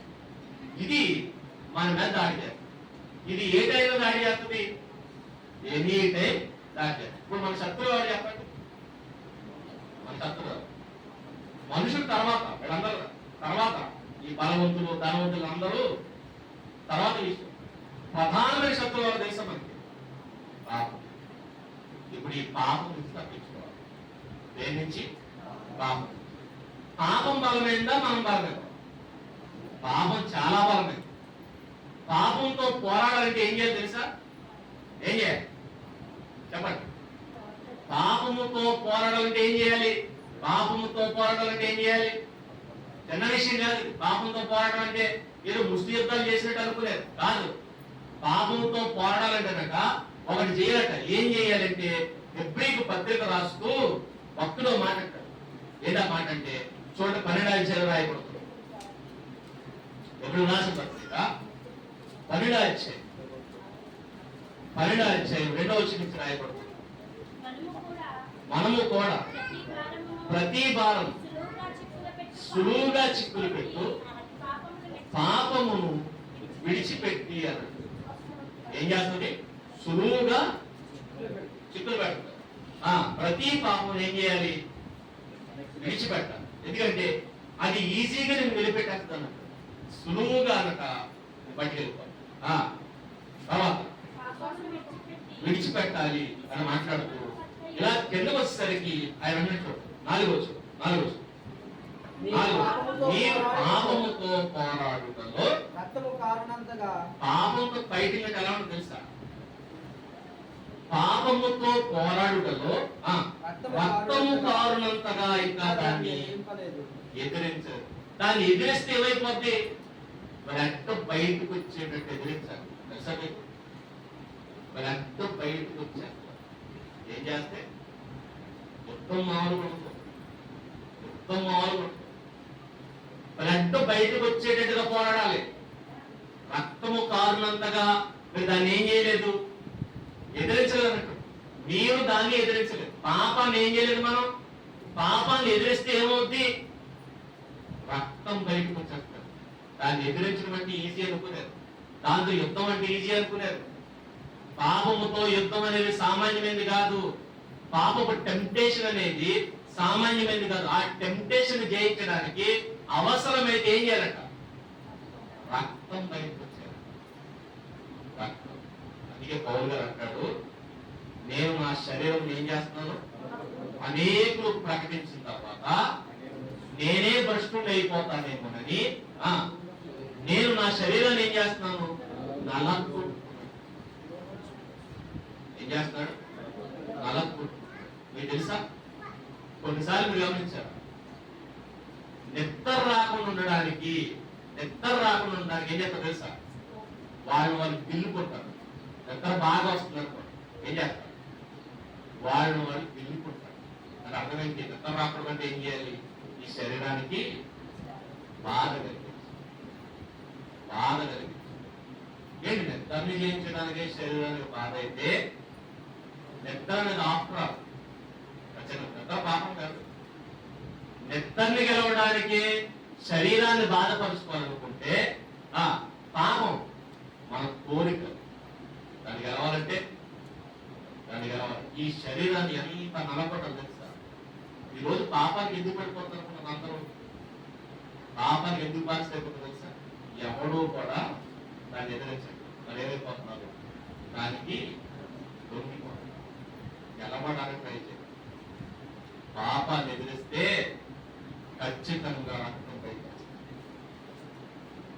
ఆలోచించండి, యేసేపు గారు పాపానికి లొంగిపోయి ఉంటే, పోతిఫర్ భార్య పాపం చేద్దాం లొంగిపోయి ఉంటే ఆయన లైఫ్ బాగుంటుంది. కానీ లొంగిపోయి ఏం చేశాడు? ఎదిరించాడు. ఎదిరించినది ఎక్కడేశారు? చెరసాలు. చెరసాలు వేసి ఏం చేస్తారు? భయంకరంగా హింసిస్తారు. మరి పైగా ఆయన చేసింది చిన్న నేరం కాదు. పోతిఫరు రాజుగారి యొక్క సేవకుడు. రాజు యొక్క సేవకుడు భార్యని ఏం చేశాడు? నేరం మోపారు, ప్రలోభ పెట్టాడు, బలత్కారం చేయకూడదు. నేరం మోపితే చెరసాలు వేసి ఏం చేస్తారు? ఒకరిని చూస్తారా? మనం చూస్తాం కదా, పెద్ద పెద్ద నాయకులు లోపలేసి ఏం చేస్తారు? ఒకళ్ళు మారిపోయి చూస్తారు, లోపలేసి బ్లడ్ బయటకు వచ్చేటట్టు పడుతున్నారు. లోపలేస్తే సామాన్యంగా ఉండదు. నేనున్న పోలీసు పైగా వీళ్ళకి రూల్స్ ఉన్నాయి, రెగ్యులేషన్స్ ఉన్నాయి, కోర్టులు ఉన్నాయి. నాడు రాజే జడ్జి, జడ్జే రాజు. ఆ టైంలో రాజుల పాలనలో యేసేపు గారిని తీసుకెళ్లి చెరసాల వేశారంటే ఫస్ట్ ఏం చేస్తారు? వెయ్యి కష్టంతో తీర్చుకుంటారు. కష్టం బ్లడ్ బయటకు వస్తుంది. పాపాన్ని ఎదిరిస్తారు. చెప్పాడు, పాపాన్ని ఎదిరించడానికి అవసరమైతే బ్లడ్ బయటకు వచ్చేంతగా. అందుకే పాపపు కోరికలు చంపేసుకుంటే ఏం చేయాలి తెలుసా? ఏం చేయాలి? మనమే అలా కొట్టుకోవాలి. అందుకే పౌలుగా అదే చేసాడు, నా శరీరం ఉందేమో అర్థం చూసారా? ఉపవాసం ఉంటాం దేనికి? తమ్ముడు తాము నలగొడతారు. కొంతమందికి జాగారం చేస్తారు దేనికి? తమ్ముడు తాము నలగొడతారు. ఈరోజు పాప ఎదుగుతుంది, సుఖానికి అయిపోయింది. అది పాపం. ఈ శరీరం నలుగుతున్నంత సేపు పాపం. పూర్వం ఉదయం 4 గంటలు వేసారు. మనకన్నా 4 గంటలు వేసి సూర్యుడు ఉన్నంత వరకు పనిచేసేవారు. స్త్రీ పురుషులు నెక్స్ట్ పిల్లలు తేడా లేకుండా అందరూ ఏం చేసేవారు? అందరూ పనిచేసేవారు. ఈ శరీరాలు నలిగిపోయింది. పొద్దున్న వెళ్ళిన వేళలో సాయంత్రం అయ్యేసరికి మొక్కలు కాళ్ళు నీరసం వచ్చి వాడేసుకుని వచ్చేవారు. వేలాడిపోతూ వచ్చేవారు. వచ్చి ఏదో కాస్త స్థలోగంజం తాగేసి వెంటనే ఏం చేసేవారు? నీరు ఎత్తుగా పడుకునేవాడు. అలా పెద్దలుగా అప్పుడు ఎక్కడైనా సరే ఈ వ్యభిచారం ఇలాంటి మాట్లాడబడ్డారు లేదు. ఒక భర్త ఒక భార్య వాళ్ళతో హ్యాపీగా ఉండేవారు. ఇదే మరి ఇప్పుడు ఆడ లేదు, మగ లేదు, అక్రమ సంబంధాలు ఎక్కువైపోయి చేశారు. ఏది ఎక్కువైపోయి? పని లేదు. శరీరాలు ఏమవుతుందో తెలుసా? ఒకప్పుడు నలిగాయి కాబట్టి పాపపు కోరికలు తగ్గాయి. మరి ఈరోజు శరీరాలు నలగట్లేదు కాబట్టి ఏమవుతున్నాయి? కోరికలు పెరిగిపో. కోరికలు తగ్గాలి అంటే శరీరం ఏమవ్వాలి? నలగాలి. శరీరం నలుగుతున్నంత సేపు కోరికలు ఆధీనంలో ఉంటాయి. శరీరం ఎప్పుడైతే సుఖపడుతుందో కోరికలు ఏమవుతాయి?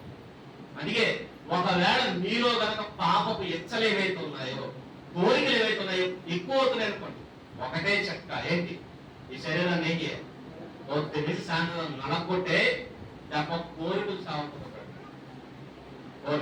ఈ చేతులు వాసిపోయేవి, పనికెళ్ళిన వాడి చేతులు బొబ్బలు వచ్చేసేవి, కాళ్ళు బొబ్బలు ఎత్తిపోయేవి, ఒంటి నిండుగా గాయాలు ఉండేవి.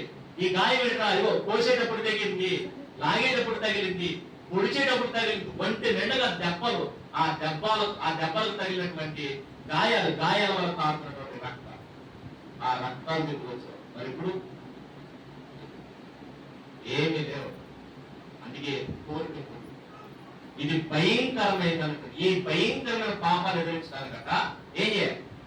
ఇంకా చెప్పండి, సింహంతో పోరాటం కూడా ఈజీ, పాపంతో పోరాటం కష్టం. మళ్ళా చెప్పారు, సింహంతో పోరాడి గెలిచాడు ఒక ఆయన. సింహాన్ని చేతులతో ఏం చేశాడు? చీల్చేశాడు. ఎవరైనా? సంసోను. సింహాన్ని చంపేసిన సంసోను ఏ ఆయుధం లేకుండా చంపేసిన సంసోను పాపానికి గెలవకి ఏమైపోయాడు? పాపానికి మాత్రం లొంగిపోయాడు. అంటే సింహం బలమైందా పాపం బలమైంది? పాపం బలమైంది. సింహము కంటే పాపం బలమైంది. సింహాన్నైనా ఒంటి చేతుల్లో గెలవగలం, కానీ పాపాన్ని మాత్రం గెలవగలం. ఇంకా చెప్పాలంటే సంసోను సింహాన్ని చంపేటప్పుడు రక్తం సింహానికి వచ్చింది తప్ప సంసోనుడికి చిన్న గాయం కూడా అవ్వలేదు.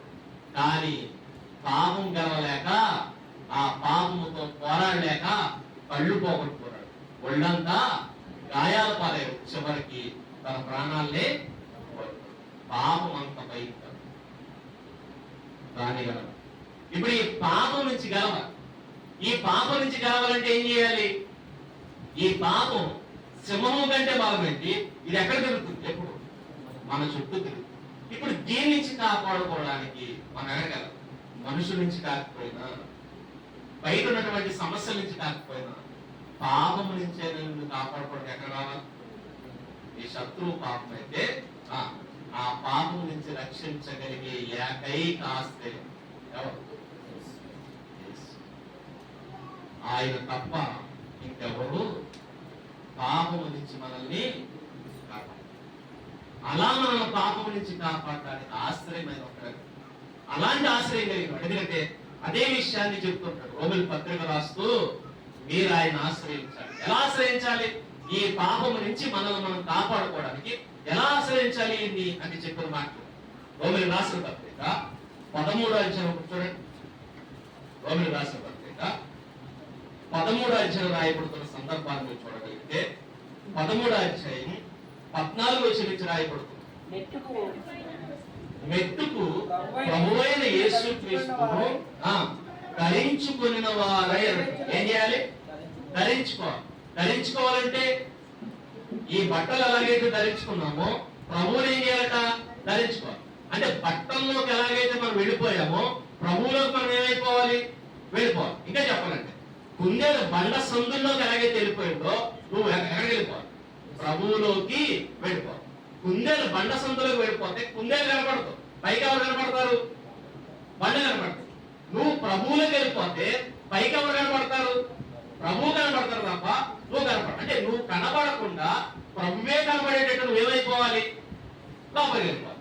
లోపలికి వెళ్ళిపోతే ప్రభువే కనపడుతున్నది అనుకోండి, ప్రభువే కనపడుతున్నది అనుకోండి, నువ్వు కనపడితే పాపం నీ చుట్టూ తిరుగుతుంది. నీ ఏళ్ల దానికి బాధించగలదు. ప్రభువు కనపడితే ప్రభు కనపడు. పాపానికి నువ్వు కనపడితే వాంచగలుగుతుంది. ప్రభువు కనపడితే దానికి భయంకరం. ఎందుకు తెలుసా? పాపానికి నువ్వు మేత, మరి ఆయన పాపానికి అంటలు లాంటివాడు.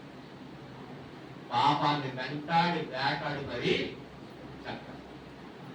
పాపాన్ని వెంటాడి వేటాడి చంపేసింది ఎవరు? ప్రభు. అదిగే ప్రభువుని చూస్తే పాపం పరిగెడతాం, పాపం చూస్తే మనం పరిగెడతాం. మనల్ని చంపడానికి పాపం మనల్ని తరుముతుంది, పాపాన్ని చంపడానికి ప్రభు తరుముతాడు. అందుకనే భక్తులు అంటాడు, నువ్వు కనపడదు, మరెవరు కనపడదు, ప్రభువు కనపడదు. కాబట్టి ప్రభువుని మీరు ఏం చేయండి? ధరించండి. ప్రభువుని మీరు ఏం చేయండి? ధరించండి. మీరు ఎప్పుడైతే ప్రభువుని ధరిస్తారో, ధరించిన మనుషుని ఎవరు కనపడతారు? పాపానికి ప్రభు కనపడతారు. అలా ప్రభు కనపడాలంటే మీరేం చేయాలి అంటే, మెట్టుకు సహోదరులారా చెప్పినట్టు ఏమన్నాడు? యేసుక్రీస్తును ధరించుకున్న వారై మీరు మీ శరీరేచ్ఛలు నెరవేర్చుకున్నటకు శరీరం విషయమై ఆలోచన చేసుకొనకండి. ఏం చేయకండి? శరీరం విషయమై ఆలోచన చేసుకోనకండి. మరి దేని విషయమై ఆలోచన చేయాలి? ఆత్మ విషయమై ఆలోచన. శరీరం మీరు గమనించండి, శరీరం కోసం ఆలోచన చేస్తే శరీర కోరికలు పడతాయి, ఆత్మ కోసం ఆలోచన చేస్తే ఆత్మ కోరికలు పడతాయి. ఇప్పుడు మీ అందరికీ ఒక ప్రశ్న ఏంటంటే, మీలో ఏ కోరికలు పడుతున్నాయి? ఏ కోరికలు? ఆత్మ కోరికలు అనుకోండి. ఎలా తెలుస్తారు? ఆత్మ కోరికలు ఏంటనుకున్నా? ఆత్మకు సత్యం కావాలి, ఆత్మకు నీతి కావాలి, ఆత్మకు పరిశుద్ధత కావాలి, ఆత్మకు ప్రభువు కావాలి. ఆత్మకు మేకని తెలుసా? వాక్యం. మీకు వాక్యం వినాలనిపిస్తుందా? బయటకు వెళ్ళిపోతుంది. చర్చికి రావాలనిపిస్తుందా? ఇంటి దగ్గర ఉండాలనిపిస్తుంది. సినిమాకి వెళ్ళాలనిపిస్తుందా? సభకు రావాలనిపిస్తుంది. కోరికలు ఏంటి? మొఖానికి పౌడర్ రాసుకోవాలనిపిస్తుందా? దేవుని దగ్గరికి వచ్చి వాక్యముతో పరిశుద్ధాలంకరణ చేసుకోవాలి. అలంకరణ రెండు రకాలు. శరీరాలంకరణ, రెండవ పరిశుద్ధాలంకరణ. పరిశుద్ధాలంకరణ ఉంటుందా? లేకపోతే శరీరాలంకరణ. మంచి బట్ట వేసుకోవాలి, వేసుకోవడం తప్పుతారు, వేసుకోవాలి. పౌడర్ రాసుకోవాలి, రాసుకోవడం తప్పుతారు, రాసుకోవాలి. కానీ వాటి మీద మాత్రమే మీకు మనసు ఉంది. ఆత్మనది లేదనుకో, ఆత్మనది లేదనుకో, మీకు ఏ కోరిక పడుతున్నట్టు? ఏ కోరిక? మంచి బట్ట ఎలా కావాలనుకుంటారో ఆత్మ కూడా మంచి వస్త్రాలు కావాలి. మంచి వస్త్రాలు అంటే ఆత్మ. నీతి క్రియలు దేంతో పోల్చాడు? వస్త్రాలు. ఎక్కడ మంచి పనుల మీద నీకు ఉంటుందా? చెడు పనుల మీద? ఏ పనులు? ఏ పనులు? నీ ఆలోచన నీకు చెప్పేస్తావు. నువ్వు ఏ కోరికలు నెరవేర్చావు. కాబట్టి నీకు ఏ కోరికలు పడుతున్నాయి? శరీర కోరికలా?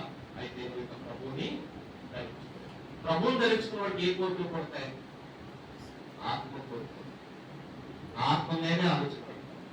ఆత్మ. ప్రభు ఇప్పుడు భోజనం కోసం ఆలోచించాల. మనం దేనికోసం ఆలోచించాలి తెలుసా?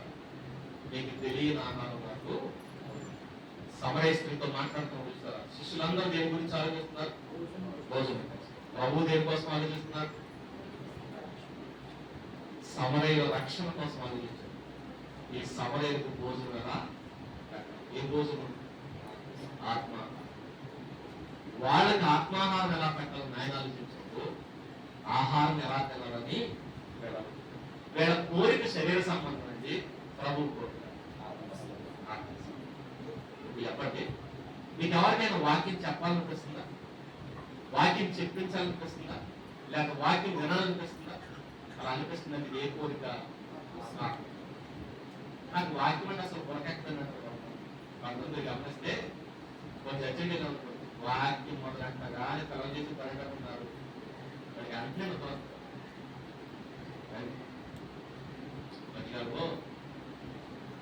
చెల్లి వచ్చి చెప్తున్నారు కుటుంబంలో పక్కన బంధువే. ఆయన చర్చకొస్తుంది. చర్చకొచ్చి రాగానే నిద్రపోతారు. ఆయన బలహీనత. మీరు చెప్పండి, ఈ మధ్య కాలంలో చర్చపోతారు వాళ్ళందరూ అన్యులు. ఆయన వచ్చి నిద్రపోతారని ఇంకో ప్రశ్నించారు. మీరు వస్తున్నారు, వచ్చి ఏం చేస్తున్నారు అని వచ్చి మీరు నిద్రపోతున్నారు, దాన్ని మార్చుకున్నందుకు ఆయన కోపం వచ్చి నేను నాకు ఈ బలహీనత పోవాలని చచ్చిపోతాను. ఏంటి నిద్ర మానలేక ఏమైపోతాను నాకు వచ్చే అదే నేను చచ్చిపోతాను ఇంకా నేను పక్కలేదు. నన్ను ఏం చేయమంటారు? నాకు చర్చలోకి రాగానే వస్తుంది. ఆయన బిజినెస్ చేస్తారు, వ్యాపారం చేసినందుకు అంతసేపు కొడుకోండి. కానీ ఎక్కడికి వస్తే నిద్ర వస్తుంది. మళ్ళీ ఆయన తీసుకెళ్ళి అదే టైంలో అర్ధరాత్రులు చాపలు తెచ్చేటారు. తెల్లవాళ్ళే చేస్తారు. అంటే అది కోరిక ఏంటి? బిజినెస్ చేయాలి, డబ్బులు సంపాదించాలి. ఏ కోరిక లేదు. లోపల ఆత్మ కోరుకున్నట్టు దేవుని దగ్గర, దేవుని పనుల దగ్గర లేకపోతే నేనే ఉన్నాను. సభలో నేను అనుకోండి అవసరం 2-3 రోజులు పట్టుకుంటాం. ఇంటి దగ్గర ఉన్నాను అనుకోండి అస్సలు ఒళ్ళుగా పడు. ఎందుకు అప్పుడు పడుకుంటాం అంటే అప్పుడు నాకు పని. మరి 3 రోజులైనా ఎందుకు నిద్ర రాలేదు? ఎక్కడ కసి? ఏంటా కసి? నాకు ఇక్కడ కోరుకుంది. ఏం కోరిక? నేను ఎలాగైనా ఏం చేయాలి? సేమ్ కూడా చెప్పాను కదా, 19 గంటలు ఎలాగైతే కష్టపడుతుందో నేను కూడా ఏం చేయాలి? దేనికి? పరలోకంలో ధనం కూర్చోవాలి. డబ్బు సంపాదించాలని కోరిక నాకు ఉంది. ఎక్కడ సంపాదించాలి? పరలోకంలో సంపాదించాలి.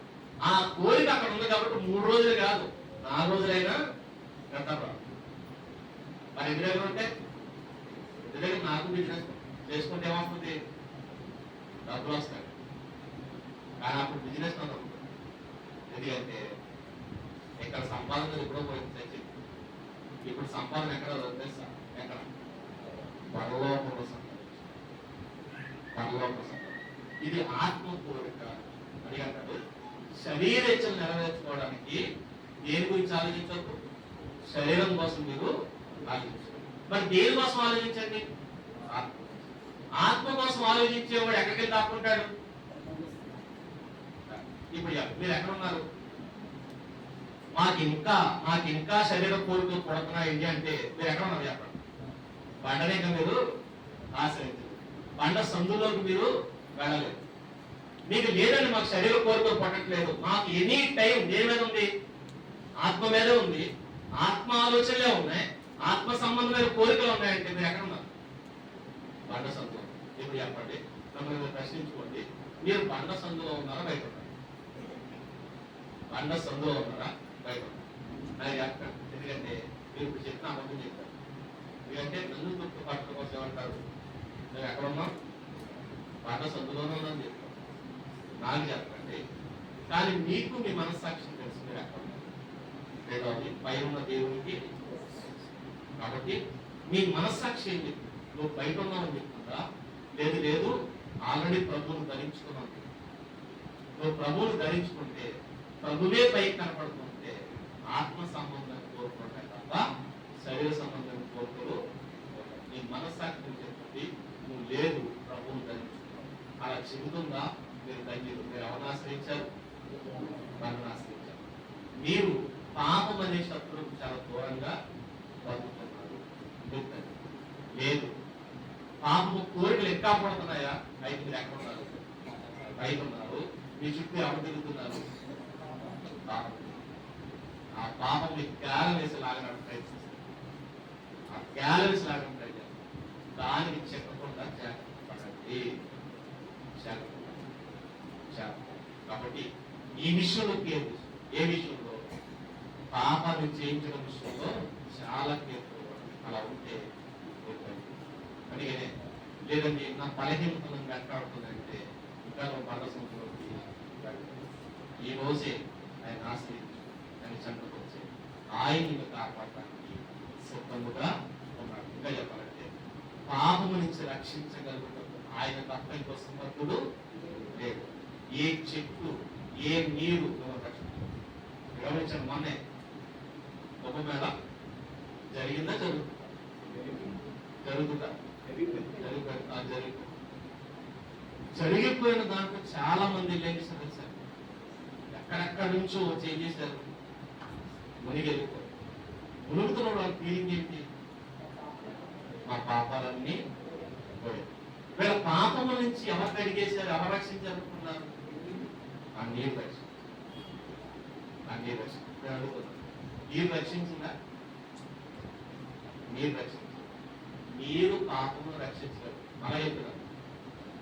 మనందరం కూడా నీటిలో మునుగుతాం. మునిగారు మనగారు బాప్తిసం తీసుకున్నవాడు తీసుకున్నారా? తీసుకున్నారు.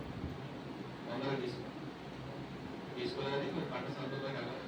బయట తీసుకోవాలి. ఎప్పుడైతే మనం బాప్తిసం తీసుకుని ఎక్కడ మునుగుతున్నాం? నీటిలో. కానీ మీరు గుర్తుపెట్టుకోండి, అక్కడ నీరు కాపాడుతుందిగా. వాళ్ళ ఫీలింగ్ ఏంటి? నీరు కాపాడు, నీరు కాపాడుతుంది అనుకున్నారు కాబట్టి ఒక నీరుగా పేరు పెట్టారు. ఎక్కడ పడితే అక్కడ మునిగేవాడు లేదు. మనమైతే ఎక్కడ పడితే అక్కడ మునుగుతాం. అయితే డ్రమ్ములో ముంచితే డ్రమ్ములో మునుగుతాం, ట్యాంకులో ముంచితే ట్యాంకులో మునుగుతాం, సముద్రంలో ముంచితే సముద్రంలో మునుగుతాం, గోదావరిలో ముంచితే గోదావరిలో మునుగుతాం, కాలంలో ముంచితే కాలంలో మునుగుతాం. ఇంకా చెప్పాలంటే మూసీ నది ఉందే, మాస్టర్ గారికి నీళ్ళు అవైలబుల్ లేక ఈ మూసీ నది దిక్కురంటే ఏం చేస్తారు? ఆ మూసీ నదిలో మునుగుతాం. ఎందుకంటే మనకి నీరు ఇంపార్టెంట్ కాదు, మరి ఎవరు ఇంపార్టెంట్? ప్రభువు ఇంపార్టెంట్. ఎందుకు మునుగుతున్నావు? ప్రభువు మునగమన్నాడు. ఇప్పుడు చెప్పండి, మనం కాపాడేది ప్రభువా నీరా? మన ఫీలింగ్ ఏంటి? ప్రభువు కాపాడతాడు. ప్రభువు కాపాడతానని ఏం చెప్పాడంటే నేను నిన్ను కాపాడతాను, కానీ ముందెళ్ళి ఏం చేయి?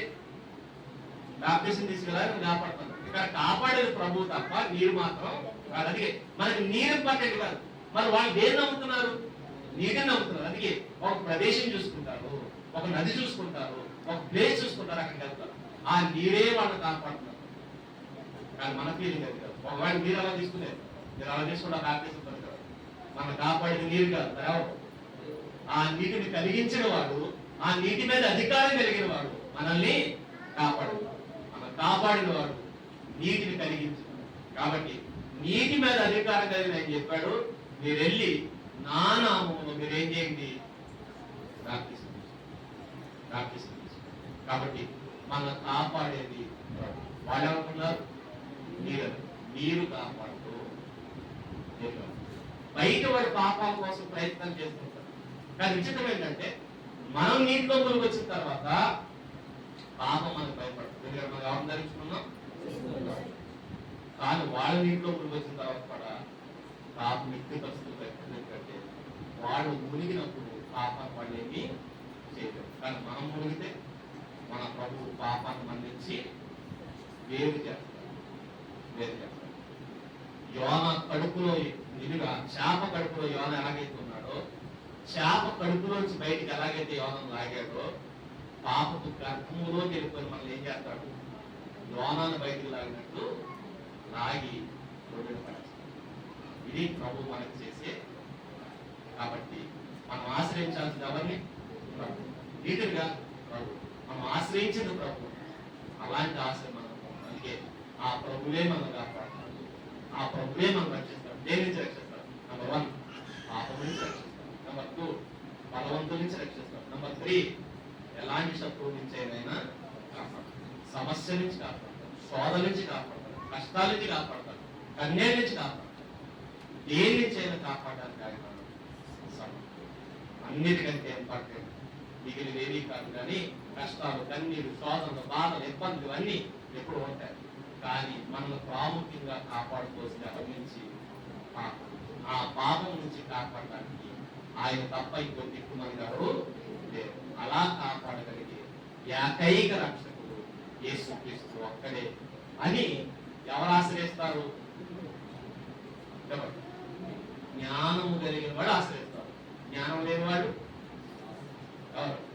జ్ఞానం లేనివాడు చెట్లను, జ్ఞానం లేనివాడు పొట్లని, జ్ఞానం లేనివాడు పొట్లని, జ్ఞానం లేనివాడు వన్నుని, జ్ఞానం లేనివాడు నదుల్ని, జ్ఞానం లేనివాడు సముద్రాల్ని, జ్ఞానం లేనివాడు లోకంలో ప్రతి దాన్ని ఆశ్రయిస్తాడు. జ్ఞానం కలిగిన వాడు ఒక ప్రభువునే ఆశ్రయిస్తాడు. కాబట్టి నీకు బలం ఉందా? జ్ఞానం. నీకు బలం లేకపోయినా ప్రాబ్లం లేదు. ఏమన్నా జ్ఞానం. ఎవరు నన్ను కాపాడగలిగేది, ఎవరు నన్ను రక్షించగలిగేదని ఆ జ్ఞానం నీకుంటే నిన్ను కాపాడుతుంది ఆయన. ఎవరు? సమర్థుడు. అలాంటి సమర్థుడు రక్షణలో మనందరం ఉండాలి. అలాగు దేవుడు మనందరినీ కాపాడునుగాక. ప్రార్థన చేసుకో. దేవా, మీరు మాకే ఇచ్చిన రక్షణ బట్టి వందనాలు పెడతాం. ప్రార్థన పెడతాం. ప్రార్థన పెడతాం. ఎప్పుడు వచ్చి ప్రార్థన నడిపిస్తారు.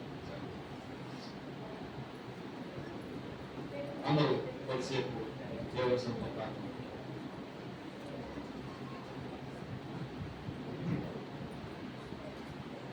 ఇది మనం ఆలోచించవలసినటువంటి సమయం.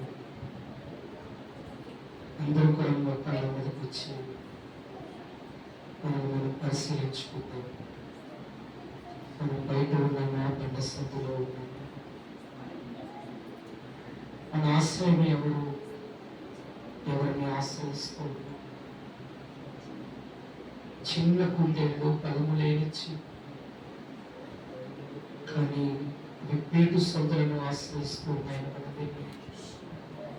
మనము కుందేలు లాంటి వాళ్ళని, కానీ మనకు ఆ జ్ఞానం రావటం లేదు. మనం మనుషులను ఆశ్రయిస్తూ ఉన్నాం, అధికారులను ఆశ్రయిస్తూ ఉన్నాం, మనం మనకున్న వాటిని ఆశ్రయిస్తూ ఉన్నాం, కానీ ప్రభువుని మనం ఆశ్రయించలేకపోతూ ఉన్నాం. అందుకే ఈరోజు మరింత బలహీనమైపోతూ ఉన్నాం. ఈరోజు మనం కుందేళ్లను మన ముందు పెట్టుకొని బుద్ధి తెచ్చుకోవాల్సిన వారమై ఉన్నాం. అవి ఎంత అల్పమైనవో వాటికి తెలుసు.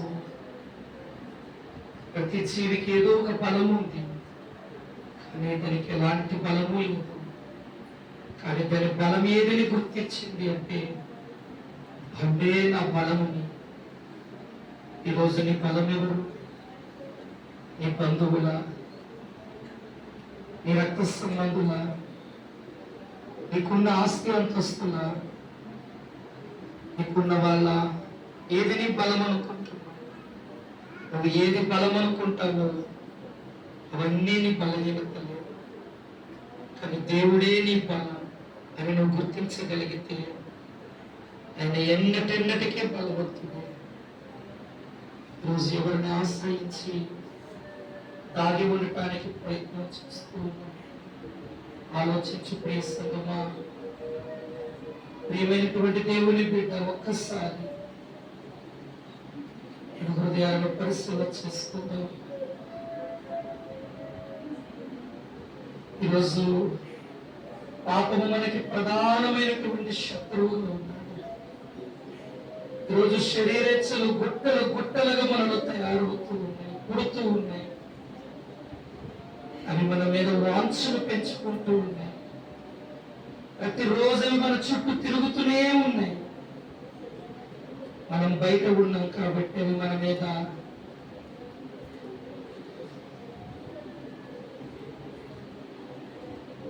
మారటానికి సిద్ధముగా ఉన్నాయి. నిజముగా మనం ప్రభువుని ఆశ్రయించిన వారమైతే, ఆ బండలోనికి వెళ్ళి మనము తాగి ఉన్న వారమైతే, పాపానికి మన మీద వాంఛ కలగదు. ఎందుకంటే అది ప్రభువుని చూసి పారిపోతుంది. పిల్లలు, ఈరోజు మనం ఇంకా పాపముతోనే ఉంటూ ఉన్నాం. పాపం బలమైనది, మనం బలహీనము. కానీ ప్రభు బలవంతుడు పాపము కంటే. ఆయన పాపమును జయించిన వాడు, పాపము లేనివాడు. అలాంటి బలవంతుని మనం ఆశ్రయించినప్పుడు పాపపు కోరికలు మనలో పుట్టవు. పెట్టుకు క్రీస్తును మనము ధరించిన వారమైతే శరీరేచ్ఛలను గురించి మనం ఆలోచన చేయకుందాము కాక. ఈరోజు వాటిని గురించి మనం ఆలోచన చేస్తూ ఉన్నామంటే మనం ఇంకా యేసు క్రీస్తును ధరించుకున్న వారము కాదు. ఆలోచించు ప్రియ దేవుని బిడ్డ, ఇంకెంత కాలము రక్షింపబడకుండా, మారు మనసు పొందకుండా, ఇంకెంత కాలము బాప్తిస్మము పొందకుండా బయట ఉంటావు. ఒకవేళ నువ్వు బయటే ఉంటున్నావంటే నీ శత్రువులు నీ చుట్టూ ఉన్నారని అర్థం. వారిని జయించే శక్తి నీకు లేదు. ఏ రోజైనా దేవుని మాటలు విందాం, ఒక తీర్మానం చేసుకుందాం. ప్రభువా, ఇంకా నేను మార్పు లేకుండా నేను సన్నిధికి వస్తున్నాను. ఇంకా మారు మనసు పొందకయ్యే నీ సన్నిధిలోకి వస్తూ ఉన్నాను. ఇంకా రక్షణ లేక, బాప్తిస్మము పొందక రోజులు, వారాలు, నెలలు గడిపేస్తూ, సంవత్సరాలు గడిపేస్తూ ఉన్నాను. ఇంకా సమయం ఉందని నమ్మకంతో బ్రతికేస్తూ ఉన్నారు. ప్రభువా, నన్ను క్షమించు. కుందేలుకున్న జ్ఞానము నాకు లేదు. ప్రభువా, నేను ఒక తీర్మానం చేసుకుంటున్నా. ఈ కోరికలు నా రక్షణ కొరకే, నా ఆధ్యాత్మికమైనటువంటి ఎదుగుదల కొరకే. ప్రభువా, నేను రక్షణ పొందుతాను ఒక బలమైన తీర్మానం చేస్తాను. ఆయనను ఆశ్రయించడానికి ఒక తీర్మానం చేస్తాను. దావీదు బలహీనుడే, కానీ దావీదు నమ్ముకున్న దేవుడు బలవంతుడు. అందుకే దావీదు అంటున్నాడు, యెహోవా నా బలము, నా కొండ, నా కోట, నేను ఆశ్రయించదగినటువంటి నా దుర్గము, నా దాగుచోటు ఆయనే. ఇంకెంతకాలం బయట ఉంటావు? ఇంకెంతకాలం దేవుడి దగ్గరకు వస్తూ వెళ్ళిపోవడానికి ఇష్టపడుతావు? ఇంకెంతకాలం రక్షణకి దూరంగా పోతావు? ఇదే మిక్కిలి అనుకూలమైన సమయం, ఇదే రక్షణ దినం. ఒక మంచి తీర్మానం చేసుకుందాం. ప్రభా, నన్ను నేను మీకు అప్పగించుకుంటున్నాను. నేను లోనికి వస్తున్నాను. నిన్ను ఆశ్రయిస్తున్నాను. నీవే నీలోనే నాకు క్షేమం, నీలోనే నాకు కాపుదు, నీలోనే నాకు భద్రత, నీలోనే నాకు ప్రభా సమస్తమున నా క్షేమాధారము నీవే, నా రక్షణకు కూడా ఆధారము మూలము నువ్వే ప్రభా. ఇంకా నేను పాపము చుట్టూ తిరుగుతున్నది, నా చుట్టూ తిరుగుతున్నావు. దయచేసి నాకు విడుదల దయచేయండి. ఎవరికి వారు నోరు తెరిచి ప్రార్థించు. నిద్రమత్తులు వీడుదా ప్రభు సన్నిధిలో ఒక తృష్ణ కలిగి దృఢమైనటువంటి నిశ్చయితులను కొద్దాం. మౌనంగా ఉండదు, ప్రార్థన చేసుకుంటాం. మన మధ్యలో దైవ సేవకులు కాంతి కుమార్ వచ్చి ప్రార్థన చేస్తారు.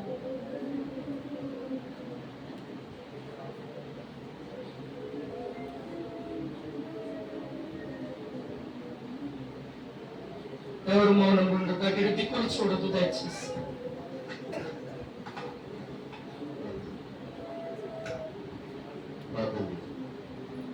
అత్యంత ప్రేమ శ్రేష్టమైన రెండు దినాలు తండ్రి పిల్లలు విశ్వాసం యొక్క దిద్దుబాటు కోరికమైన దినాన్ని చక్కగా జరిగించాలి. ఈ దినం తండ్రి ఉదయకాలంలో తండ్రి సేవకులు మానవ జీవితంలో అత్యంత ప్రమాదకరమైనది పాపము. పాపము నుండి విడుదల పొందడానికి కుమారుడైన క్రీస్తు వారిని ఆశ్రయించాలని ప్రతి మనిషి కంటే భూమి మీద బ్రతుకు కాలంలో వాళ్ళకి ఎదురైన కొద్దిపాటి శ్రమల నుండి విడుదల పొందాలనుకుంటున్నారు, కానీ భయంకరమైన పాపం నుండి విడుదల పొందాలని ఆలోచన కలిగి కంటిలో నలుసు పడితే దాన్ని తీయడానికి అనేక తండ్రి ఇబ్బందులు పడుతుంటారు. కాలుకు ముళ్ళు గుచ్చుకుంటే దాన్ని తీయించుకోవడానికి ఎంతో ప్రయాసపడతారు. తండ్రి భయంకరమైన పాపమనే ముళ్ళు తీయించుకోవడానికి మీ యొక్క సన్నిధికి వచ్చి తండ్రి మీ కుమారుని రక్తాన్ని ఆశ్రయించాలని అనేకులకు తండ్రి వినిపించారు. విశ్వాసుల యొక్క తండ్రి జీవితంలో తండ్రి దిద్దుబాటుకు సంబంధించిన అనేక విషయాలు మీ కుమారుడు ద్వారా వినిపించారు. లోకంలో ఎవరిని ఆశ్రయించకుండా తండ్రి మిమ్మల్ని మాత్రమే ఆశ్రయించాలి, మీ సన్నిధిని మాత్రమే ఆశ్రయించాలి. ఇప్పటి వరకు మేము అనేక విషయాలు విన్నాం కనుక తండ్రి విన్న మాటలను విడిచిపెట్టి వారంగా కాకుండా 2 రోజుల కూడికల ద్వారా తండ్రి అనేక విషయాలు నేర్చుకుని మా జీవితాలను మేల్కొల్పుకోవడానికి చూపించారు. ఇంకా మీ సేవకుల ద్వారా రాత్రికాల సమయంలో చక్కని మాటలు వినిపించింది. ఈ సభల ద్వారా తండ్రి చేరవచ్చిన మీ పిల్లలందరికీ తండ్రి మేలు చేస్తారని విశ్వసిస్తాం. ఆసక్తితో తండ్రి ఏర్పాటు చేసిన స్థానిక దైవజనులను, సంఘస్థులను జరిగిన ఈ కూడికలను మీ చేతులకు అప్పగిస్తాం. అనేక మంది ఆత్మల రక్షణార్థమే తండ్రి కూడికలు జరిగించమని మిమ్మల్ని వేడుకుంటున్నాం. వచ్చిన ప్రతి ఒక్కరిని మీ చేతులకు అప్పగించుకుంటున్నాం. రాత్రికాల సమయంలో జరగబోతున్న కూడిక విషయంలో సహకారం అందించమని క్రీస్తు యేసు నామములో ఈ ప్రార్థన మీకు సమర్పిస్తున్నాం. మా కన్న తండ్రి. తండ్రి అయిన దేవుని ప్రేమ, ప్రభు అయిన యేసు క్రీస్తు వారి యొక్క కృప, పరిశుద్ధాత్మ యొక్క అన్యోన్య సహవాసం, సమాధానం కూడిన మనందరికీ తీర్మానం చేసుకున్న ప్రతి బిడ్డకు సకల పరిశుద్ధులకు ప్రభు కృప తోడేయండి నడిపించుగాక. ఆమేన్. ఆమేన్. అందరికీ వందనాలండి. దయచేసి గమనించండి, ఎవరు వెళ్ళొద్దు. అందరికీ భోజనం ఏర్పాటు చేయబడ్డాయి. అందరూ భోజనం చేసి వెళ్ళాలని మనం చేస్తా ఉన్నా. 3 గంటలకి యవనస్తుల కూడిక స్థలంలో జరిగింది. 3 గంటలకి దయచేసి యవనస్తులైన వారందరూ కూడా తప్పనిసరిగా పాల్పత్రులు పొందండి. మీకు ఏమైనా ప్రశ్నలు ఉంటే ఆ ప్రశ్నలు దాని మీద రాసుకోండి. దైవజనులు మీకు వాటికి లేఖన ఆధారాలతో సమాధానం ఇస్తారు. భయపడొద్దు. మీకు ఏమైనా సందేహాలు ఉన్నా వాటిని నివృత్తి చేస్తారు. గ్రహించాలని మనం చేస్తూ ఉన్నాను. ఒకవేళ మీకు ఏమైనా సందేహాలు లేకపోతే నేరుగా వాక్యంలోకి వెళ్ళి మనతో మాట్లాడతారు. కాబట్టి పిల్లల కాడ రండి, ఒక పాట పాడి దైవ సేవకులకి మనం సమయం ఇచ్చేద్దాం. మంచిది. కొంచెం మీరు బయటకు వెళ్తే ఇక్కడ భోజనం ఏర్పాటు చేస్తారు, లేదా కిందకైనా వెళ్ళిపోతే మీకు అక్కడ భోజనాలు మీకు అందించేస్తారు.